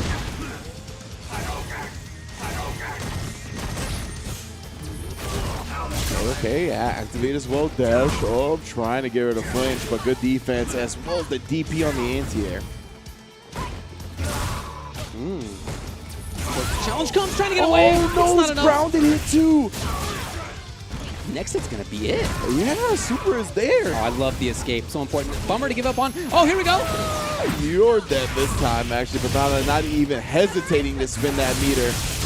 I love the change by Patala to just get out of the situation. He has not found success in buttonsing out of these situations. Not found success with DPs. He just had to get out of there, reset the situation entirely. Cool. Thought Frozen would commit to something aggressive to start the round, but instead opens himself up to getting anti-air and now massive damage follow-up. Oh, the plus frames as well. Patada, how's he going to escape this scenario? Oh, spiral arrows out and then gets the crouch spears to activate. Beautiful escape, actually. Can't keep him locked down in the corner, but either way, the V-ship gets chased down. And now we're very close to Sun. A clutch break absorbs the anti-air, gets out of the corner. Suddenly, it's Frozen just pressing buttons when it's not his turn. Oh! Patada Velos Dan slips in and is going to take the game. Wow, that was definitely the dance slip classic right there for sure. Well done from Patada. Getting into the other side, catching him off guard, and just in general, Frozen had been doing such a good job at kind of reacting to the scrambles and whatnot, but when a character is as fast as Cammy, it can work to your detriment sometimes, being so good at reacting to these scramble scenarios. You're just outside of range, you're trying to press a button, and you get clipped. Well, I don't hear the next game starting right away, so we may be going back to character select here. Do you think we're seeing Nash? Yeah, I think so. I think you're right. I think you're right. The Kage, think about it like this. Kage took a game and was close to taking 2. Yeah. But part of how that happened was maybe not like Kage actively making things happen, more like he's really down actually in life a couple of times and like did make the comeback, which is great. To his side. That was fantastic for him. But maybe that's a sign that even in a W, the character wasn't working out as well as he wanted it to. Exactly, right? We saw a very interesting approach to how he was playing the Kage-Cammy matchup, where he stayed outside of Cammy's normal range, and he was fishing for a lot of like air fireballs, which would have shut down Cammy jumping, right? And outside of her normal range, jump is obviously a very popular option, but it also a lot of the time let him land safely without getting punished. But it never really netted a lot of positive results. Right? It was a cool idea, but it didn't really do much. Yeah. So I'm glad to see him go to the Nash, because I think as a player, he has been playing very well against Cammy. It was just like the gimmick strategy he tried with Kage wasn't really netting him much. Yeah. Sounds right to me. So it is indeed Nash. It's with, of course, the Trigger 2, Skill 2. Yeah, he's all about that V-Trigger 2 nonsense. And you can see, as far as those solid games go, he's been super on point. Yeah, he didn't have the EX meter, so I'm not sure what he woke up with. But either way, the neck crank gonna make her see birds and gonna make him see the next round. Look, to switch away from a character that didn't work out to your main, and then it goes like that, you're feeling like just the greatest choice. On top of the world right now. Absolutely, yeah. Yeah, that Sobot is such a potent tool as well. Great range on it, but no, the anti-airs, we've seen him a couple times be a little late on both sides. Now Patada rocking and rolling here. Very close to a stun. Challenge! That's the back strong, the 4-framers, what he wanted before. What a challenge here by Frozen. Oh my goodness, I can't believe he did that. We got V-Trigger on deck as well. Trying to save it for now, just get the plus frames any way he can. Patada hanging out. There's that patient play. Wow, another beautiful challenge from Frozen. Picking his spots perfectly. Oh, good job not flinching. You would have died. Hey. Oh, long distance. Steph Curry range on the crouch spears right into the V-trigger. And Patada once again goes to reliable to get a dub. So down to the very final round here between these two. We're in loser's side. This is to make top 8. Ooh, indeed. Yeah, all of our matches that you're going to be seeing for the rest of the day here are top 8 qualifiers. Frozen, wow. Confirming off that was pretty wild. Oh no, it's a big chance for Patada. Yeah, he's got full-on corner. We saw the challenge here last time. Wow, ready? Air to air. Yeah, interesting choice. Too close, but nothing else. Oh, actually just give it to the V-skill. Both players getting hits that are too far away to really make the most of. Finally finds one after the V-trigger activation. We got the air-to-air jump back. Oh, the crouch jab coming through afterwards, but again, no confirm. Ah, EX, as soon as she took it to the sky, that was clutch. Oh, punish! Yes, Frozen needs only one more thing. Oh, goodness, I was going to say, he built his V-trigger with that hit, and oh, Patada. Once again, maybe holding a back right there. Not sure. We didn't see a counter hit, but definitely just did not want to be in that situation anymore. And Frozen doing a good job staying clean with the pressure to take down his opponent. So Lica Vida Patada Veloz is out of here. Shout outs to him from Lima, Peru. Doing some good work for sure. Yeah. Just outside of that top 8, of course, 9th place is where he's going to end up, but it will be Frozen from Buenos Aires, Argentina, who moves on into the top 8. Yeah, and Frozen made him sweat, or excuse me, Patada definitely made Frozen sweat. It was not an easy set whatsoever, so Big ups to Frozen, of course. As we mentioned, one of our favorites to make it into the top 8. Fell to his sparring partner earlier, and Shaka, definitely one of my favorite sets of the day. Oh, yeah. So I'm glad to see Frozen bounce back and make it into that top 8. Even pulling out the Kage as well. And I think Kage definitely did his job and then some, right? Despite him not winning the set, he got the W on the board. He really just made Patada uncomfortable with the way to play neutral. And then the switch up from Nash, it's just such a different type of rhythm on the characters that it was going to be tough to adjust in a one-game setting. Kage's pretty sick, though. I mean, Yeah, some of the combos that Kage's they've dope. given him are pretty cool. Definitely, man. It's definitely cool to see. Yeah, you can see the startup of back strong, I think, just briefly right there before he got hit by the EX moon. Mm-hmm. Yeah, that was a really good adjustment from Patada, not just getting bullied by the EX sidekicks. Was able to interrupt, but either way, Frozen doing his job, right? Lots of cool combos on Nash, too, especially with that V-Skill 2 enhancement. Mm-hmm. Yeah, the big C8 to force a final round. Very close set, but you see Frozen. The V-trigger activation afterwards. I think what Patada was expecting was for him to commit to the full V-trigger 2, which would have been like the jump up and then the dash down. But instead, he just stayed low. That was very, very smart. A good adjustment from Frozen to make it into the top 8. Played on his opponent's expectations. So we have 2 more matches for y'all today to decide who we're going to see tomorrow. The next one's going to be MK Darlan versus HDG Husa. We have Peru, we have Chile here. We saw earlier, of course, Darlan was sent down by Chaos. It was a 2-0 on the winner's side. If you recall correctly, we didn't see the Akuma do what he wanted it to do. On Husa's side, hey man, thanks to Luke, he's here. That's what he said, by the way. If you're just tuning in, that's what he said. We're Yeah. not trying to flame him or anything. No. That was legitimately his player quote was like, hey, Luke, thanks, man. So he's here. He already won one of his sets in top 16 as well. He started this bracket in the losers, and he's a 1 match away from making top 8. And I'm a little concerned for Darlan because, as you mentioned, he fell to Chaos on the Ed, and Ed was just like playing a very solid ground game, and Darlan kind of tried to match that, and you just felt a little bit outclassed by the character. And this could be a similar situation. Yeah, I can see that. That does make sense for sure. But Darlan's been playing this game for a long time, right? We saw his quote, his info about himself is that he's been teaching fighting games since 2010, let alone playing. Yeah. Right. So this is somebody who's definitely been doing it for a long time. He said, what made me enter the FGC were 2 reasons. One was to see Daigo play. Oh, my man, the will to win. And then the other is that I could not or did not have the patience to play team games. Oh. In which the error of one can cause the defeat of all. So it is better to lose by oneself than by others. Preach it to the choir. I think a whole lot of us fighting game players feel that way. For sure. I couldn't solo queue anymore. To tell you what, in those team games we talked about earlier, solo queue killed my job for those games. I definitely hear you. That said, he did lose earlier by the strength of himself, and so now it's going to be on himself, on his own back, to make it into the top 8 on Akuma. Yeah, we're going to see if he can make some adjustments. It's been a while since we've seen him play, and already off to a rip-roaring start in the corner as well. 1 hit away from stun and the stand medium kick. The sharp knees, they weren't sharp enough. Backing off, yeah, resetting, I love it. The cross cut is there. And look how light that was. It was no challenge. He did not want to get up close. Yeah, right? Afterwards, he was like, all right, cool. Oh, DP losing to the cross sub Tatsu. My goodness, Lou Steiner trying to get his bully game on. Trigger's out of here. Yeah, I'm surprised Usa backed off, honestly. Oh my goodness, but he's not going to back off now. We're in the corner. We'll just stay in plus frame with it, try to give him a spot for the DP. What a challenge right there from Darlan. And then baits out the DP to follow it up. 2 very impressive decisions at the end of that round. I really like a lot from Darlan. Yeah, those were great. I liked his neutral control. I like that he backed off at one point, too. He didn't really feel like he needed to hunt too much for the hit.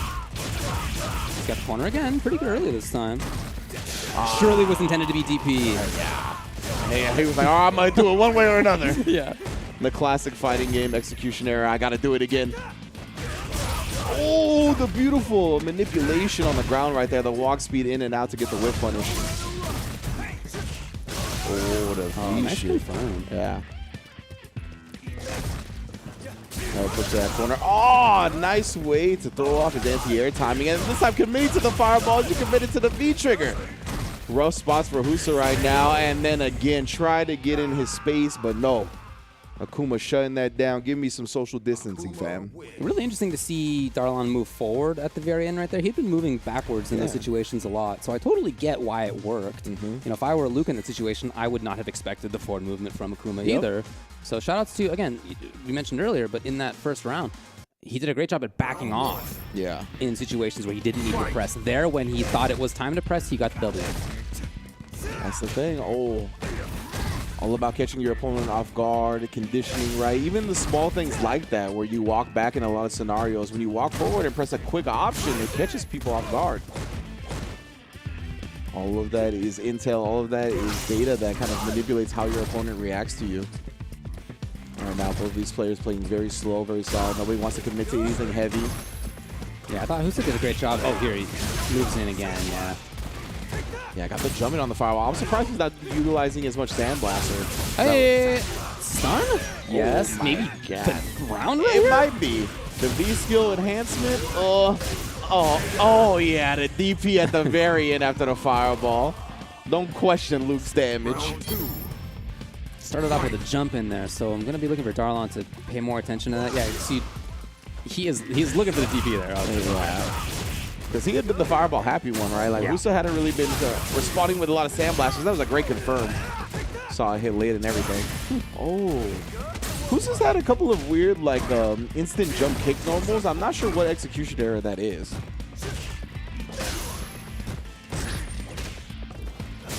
Oh, yeah, not letting him jump out this time.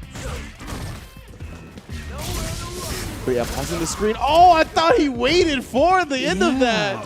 I thought he was looking to do late DP. It's not what came. Yeah.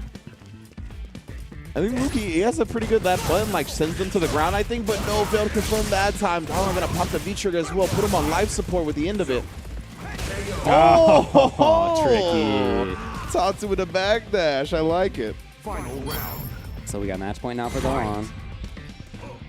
Yeah, so often when people like corpse hop with a Tatsu right there, they're usually going to go into a meaty option. So I really like the backdash. Oh, speaking of meaty options, the EXDP busted out of that one.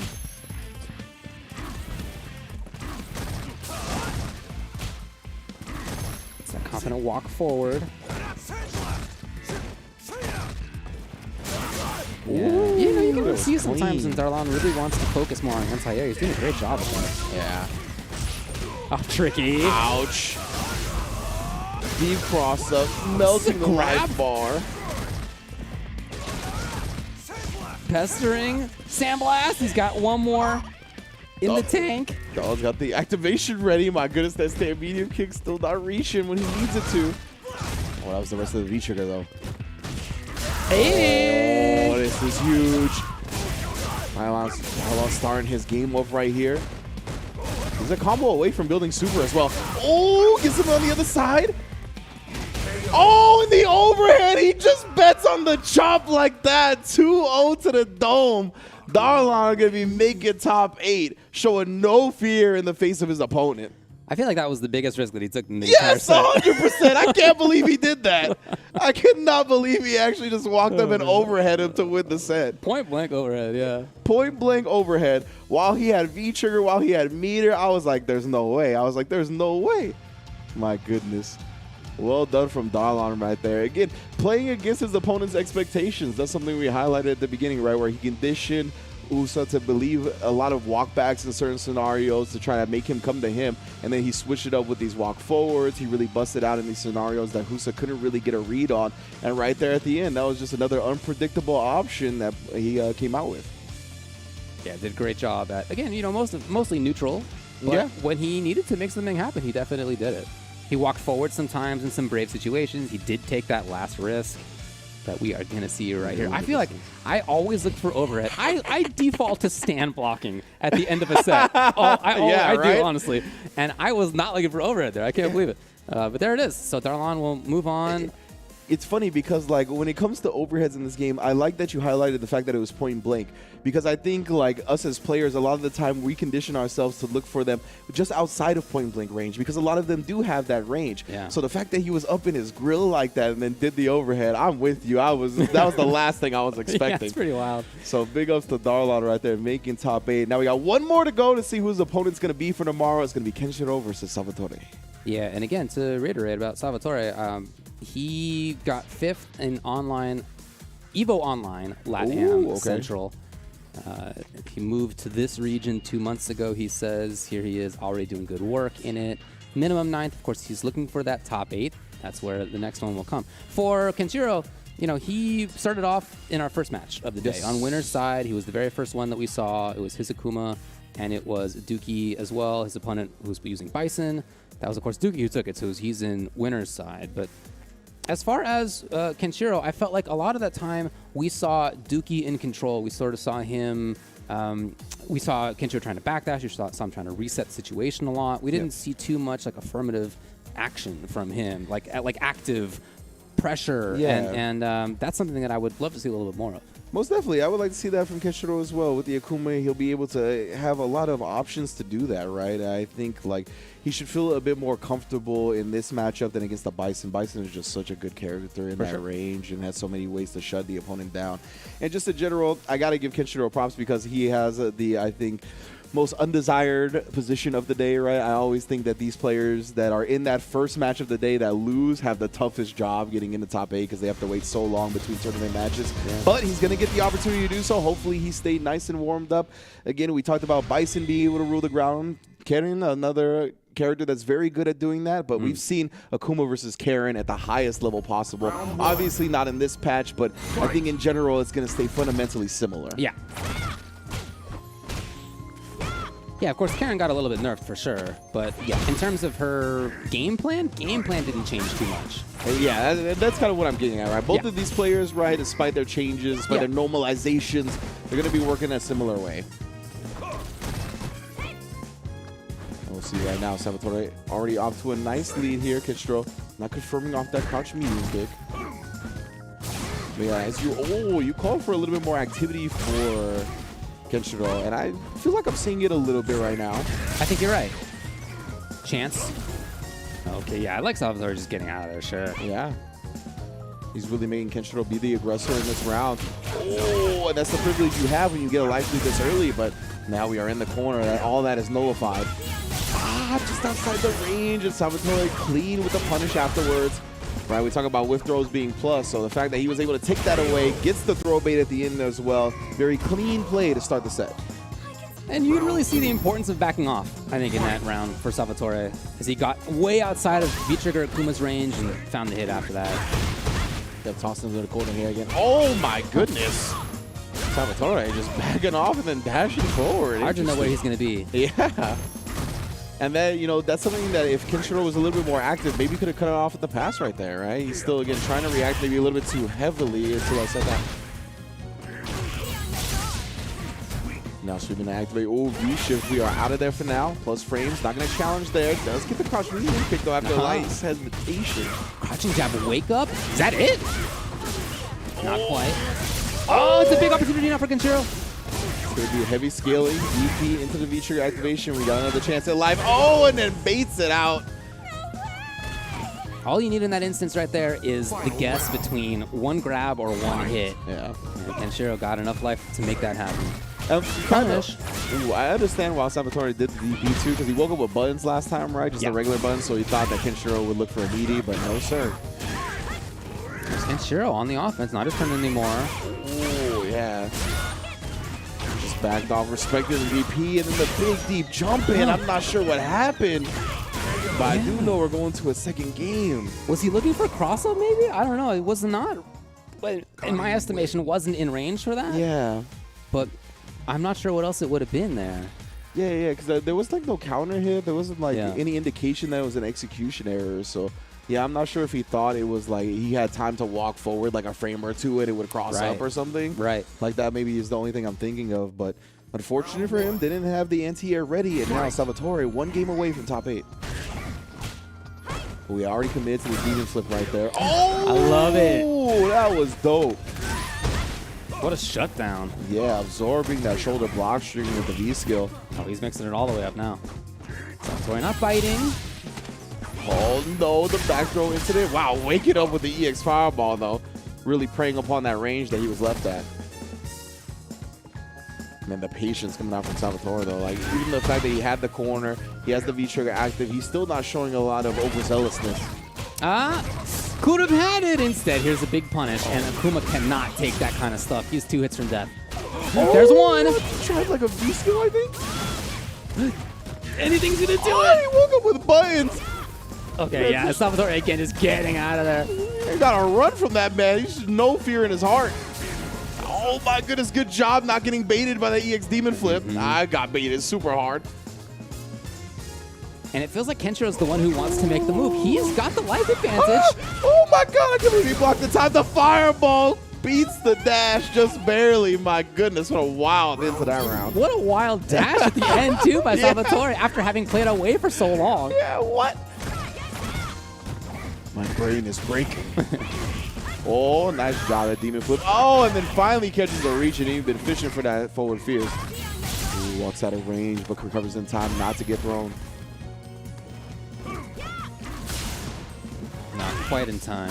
Ooh, nice job recognizing that was a cross under, utilizing the EXDP. Oh, beautiful.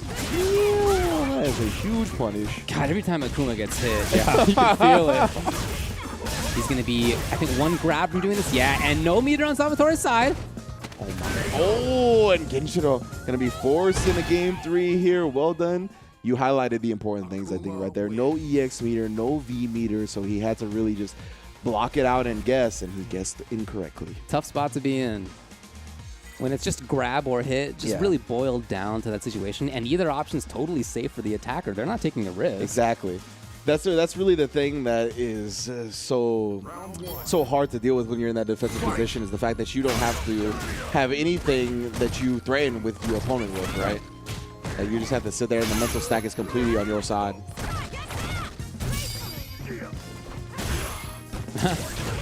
Okay, wow, Virev.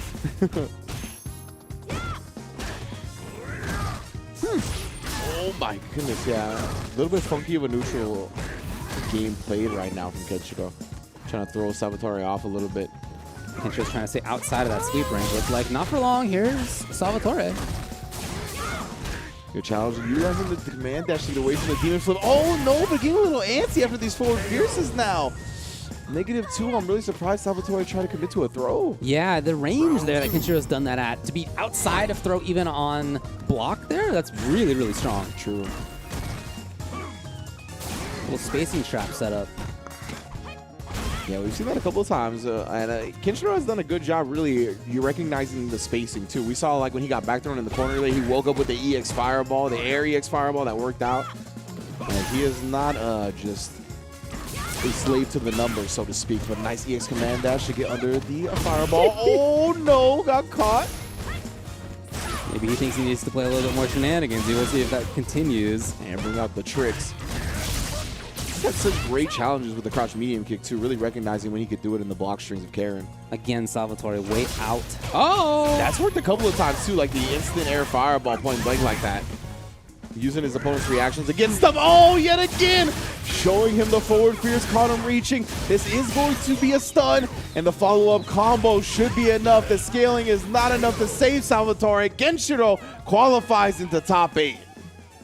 I think you're so right when you said that position that he was in the bracket is a tough one. Losing the very first match of the top 16 means you have to play the very last match of the top 16. Yeah. And he started off that set, I feel, looking a little rusty, a little cold maybe. Yeah, cold, definitely. But by the end of that set, you could see he had really woken up. And as it went on, he looked stronger and stronger. Yeah, absolutely. I love the way Kenshiro really got comfortable throughout the set. We see very early on in the rounds, right, Salvatore just putting the pause on him here.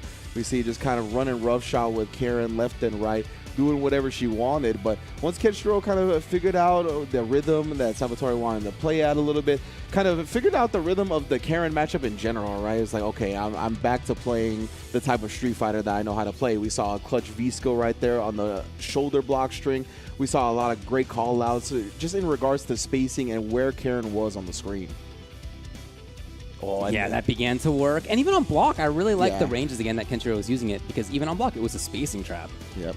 And, something like that forward fierce, it gets more effective the later the set goes, in my opinion, right? Because the mental stack keeps getting just piled on the opponent, and the nerves start getting more prominent as well, or more prominent, I should say. And because of that, you're more prone to flinching when you see animations when your nerves are high. So I really like him not abandoning that strat and continuing with the forward fierce. So for Salvatore, it does not work out. I liked a lot of what we saw, but not going to happen for him this weekend. And that means that we know who our top 8 is. Most definitely. You see the loser side of the bracket. We're going to have the top 16 winner side of the bracket as well. But we're going to be going over all of that when we get back from a break, right? Because before we do, I want to give a quick shout out to SF Duel. You guys know what it is. Street Fighter Duel. We got the stage in Street Fighter V. Hopefully we get the costumes in Street Fighter VI. That's what I forgot about. I've been calling for the costumes in Street Fighter VI from Street Fighter Duel consistently. So hopefully we can get that little crossover action as everybody can download the game now in China, that is, with a global version coming soon. The Epic Legend Reborn on mobile. Y'all know what it is. Join in the fight and see who is the best fighter.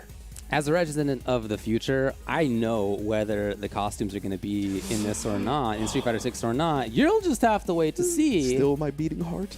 I already know. Thankfully, I'm back here in this time, thanks to my nephew, it turns out, who's like a real genius. Oh. And he managed to figure out a way, it's like his mad scientist, to send me back. It turns out that in order to get the funding, I didn't have much money in my bank account before in this time. But in the future, I'm like a billionaire because that interest compounded so much. Anyway, I was able to finance my way back. So I'm back here.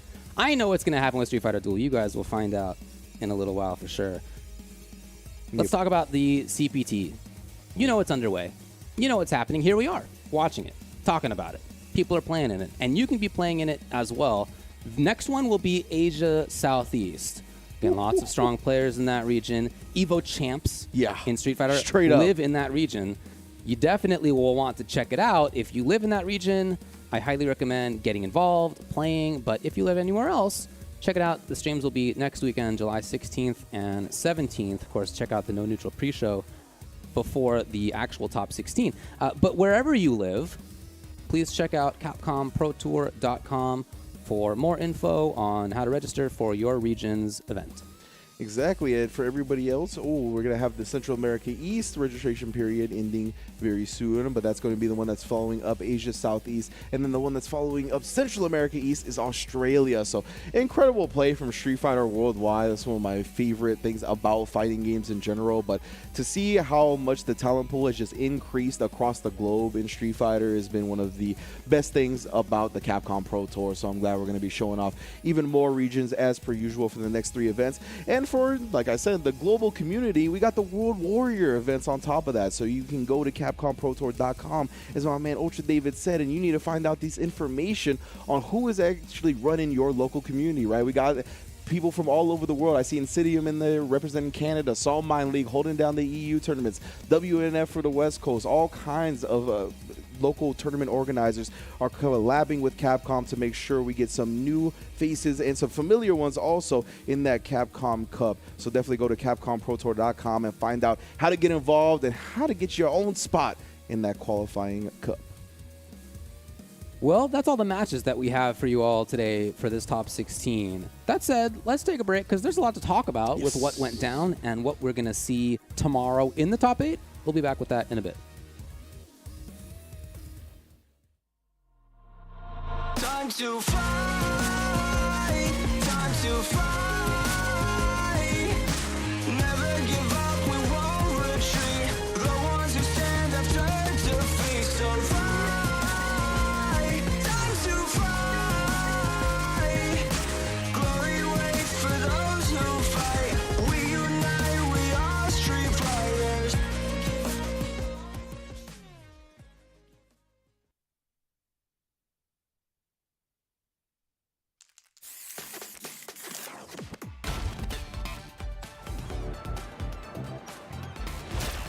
You won't know what hit you. Let me have some fun. Let's get this mission started.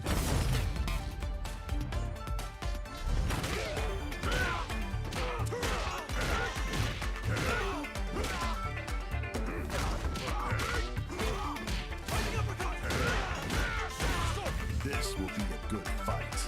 Got you in my sights.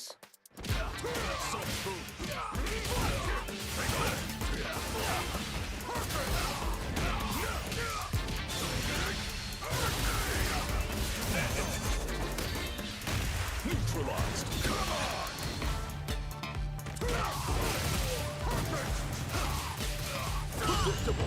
Time to end this. Fire. Double. Somersault. I'm just on another level.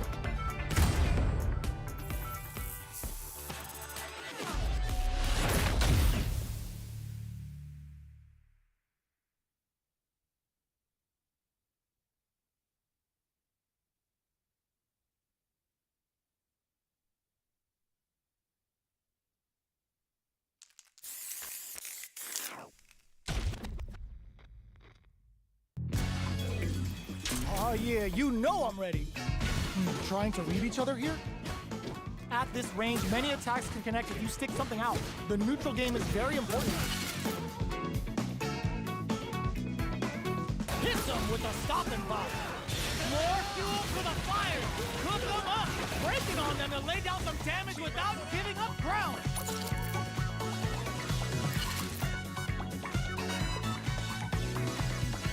Drops them. Perfect parries. They got a feast on this chance. What now? They think this time to bust this out? Perfect damage calculation. No doubt about it. They are done.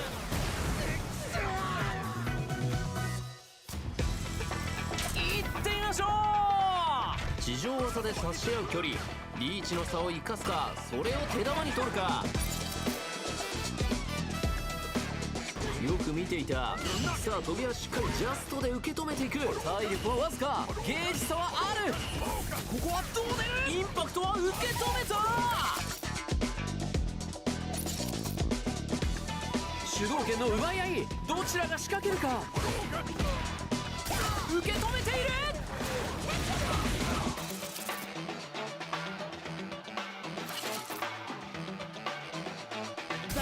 Nothing stops this train. Ooh, the drive impact hits for a punish. Player 1 can't win this without pulling the trigger. Noticeable life lead. 受け止めながら。ここは出し惜しみはなし。出血大サービスだ。ダメージ計算、ゲージ管理バッチリ。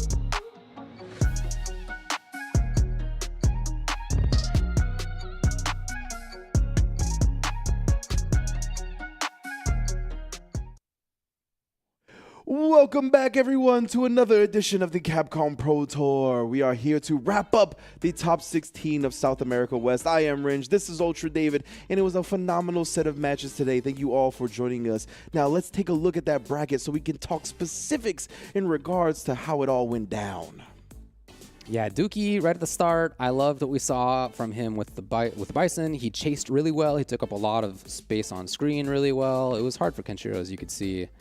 And then in the match between Chaos and Darlan, I really liked what we saw from Chaos. You know, the Same. Ed. We talked about Ed. We both think he's very strong, and we definitely saw a bunch of those strengths in that set. Yeah. We saw a great just utilization of that flicker buff. Just in general, the flicker ground neutral for Chaos was a very, very on point. Then after that, we saw Shotgun and Frozen. Maybe my favorite set of the day, right? We saw 2-1, very close. All of our other top 8 qualifying winners matches were 2-0, so that was the closest one. We went into it knowing that they were sparring partners. We saw a lot of cool, unorthodox decisions that really caught both of the opponents off guard. A lot of character-specific, nuanced answers to each other's tech. Really, really great set. So Shaka moved on 2-1 by the skin of his teeth. And then Young Ho coming through with the birdie, shutting down a lot of what Self Cool wanted to do on the Urian. So he's got his hands full with Shaka tomorrow. But all of our 8 competitors so far that qualified have been playing phenomenally well.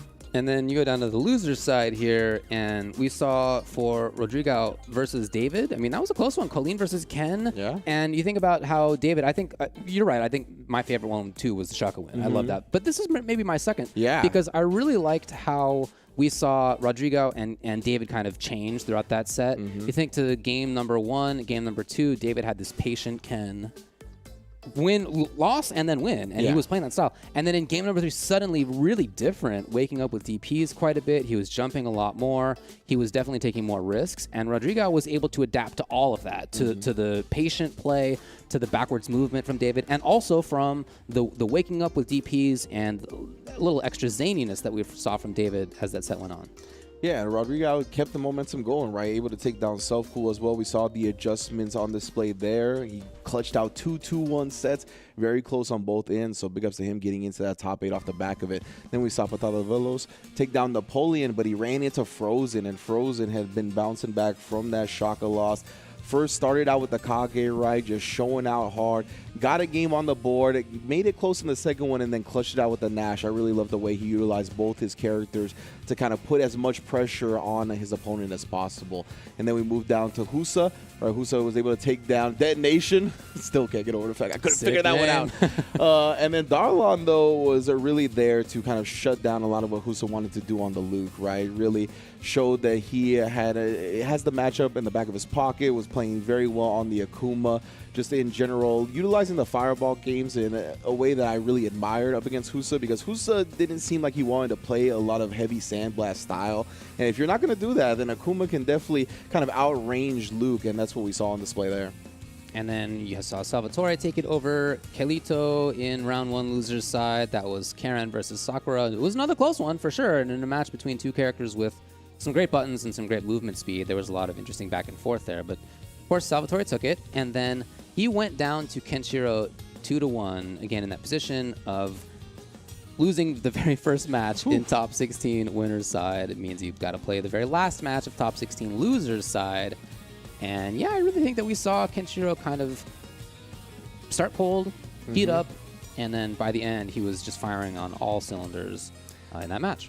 Yeah, he did a lot of great things that I thought utilizing, in a way where he utilized his opponent's expectations against them. Salvatore was looking for a lot of specific answers at these ranges that Kenshiro ended up having these unorthodox decisions that we saw a couple of clutch EX air fireballs and then the regular V-trigger fireball as well. Like in a range where you would specifically either expect Akuma to, he kind of utilized it actually like the Ibuki mix. Yeah. Like the Shien mix where you would jump and then immediately do kunai to stay on the same side. We saw that hit a couple of times via the air fireball. So clutch decisions from Kenshiro, big hits and converting them greatly is what led him to top 8. So yeah, Rodrigo versus Frozen and Darlon versus Kenshiro kind of wrapping up our top 8. Yeah, let's look at that top 8. Here it is. We got UB Dookie versus BLK Chaos. We got GS Shaka 22 versus HDG Youngho. What sticks out in your mind about these matches? Dookie and Chaos, and then Shaka and Youngho. So I think Youngho's gonna have his hands full with Shaka's Dawson, right? Like that's I think what we're all expecting here. I think Verdi's gonna have a tough time kind of maneuvering around that character. So on the other side with Chaos and Dookie, Ed versus Bison, in character, in lore, master versus apprentice type joint, right? And I don't know, man, with the way that Ed has been going and the way the players have been playing on him, I'm looking for Chaos to upset Dookie. I think a lot of the time what Bison wants to do on the ground is not going to be that easy up against the flicker pressure and just in general the charge fierce, the many options that Ed has. And I also am not sure how like the Devil's Reverse, how good it is at baiting out the up kicks. Like the up kicks is a pretty quick answer to a lot of things. It has a significant amount of startup, but the input is real easy. So you end up kind of calling out a lot of people trying to do air shenanigans with Bison. And loser's side, Kenshiro versus Darlon, just thinking about it, that could be, probably will be an Akuma mirror. Oh my goodness. The Akumas have to play against each other right there. Yeah, exactly. Yeah. What season is this? Yeah, no, that's interesting though. And of course, as we saw them play, we did see some differences in their play style that I'm sure will come out to play in a 3 out of 5 set. Yeah. And then Frozen versus Rodrigo will close it out. So Frozen got second place in CPT South America West last time. Got a lot of work to do to get back up to that grand final all the way through that loser side, but you know, he's been there before. And for Rodrigo, who got 17th last time, not only is he in top 16, which is better, but now he's in top 8, which is even better. So for somebody who, again, lost in his very first match of this tournament, he lost to Ripper in his very first match. Wow. He has been just marching all the way through and finally had a break, right? Finally gets to rest for a day. But on the other hand, was that momentum part of why he was able to get into this top 8 in the first place? Yeah, I was going to say, was today the day, though, right? Right. Like, obviously, it was the day to make top 8, but what if it was the day for the whole W? He was going through a lot of sets. It was really a war of attrition, and we saw both of his sets in top 16 were 2-1. It was really down to the nitty-gritty, and he showed some great adjustments. And honestly, I felt like both of his opponents started off the match with better ground game than he did, and then he made some really smart changes to the way he played and actually ended up taking W's off of them, and I thought played more superior towards the end. So he's going to have his hands full with Frozen, because I think Frozen is the most solid player he's played, or he's going to play up until that point. But I think he's kind of surpassed a lot of my expectations and what I'm expecting from Rodrigo on the ground. So I think he could do it again, honestly, even with someone like Frozen on the opposite end. Well, there's the top 8. Again, that is going to happen tomorrow. Yes. Same time. We started at 2 p.m. Pacific time today. That's exactly when we are going to start tomorrow. But of course, you don't want to miss the No Neutral pre-show, which will start 1/2 of an hour before that.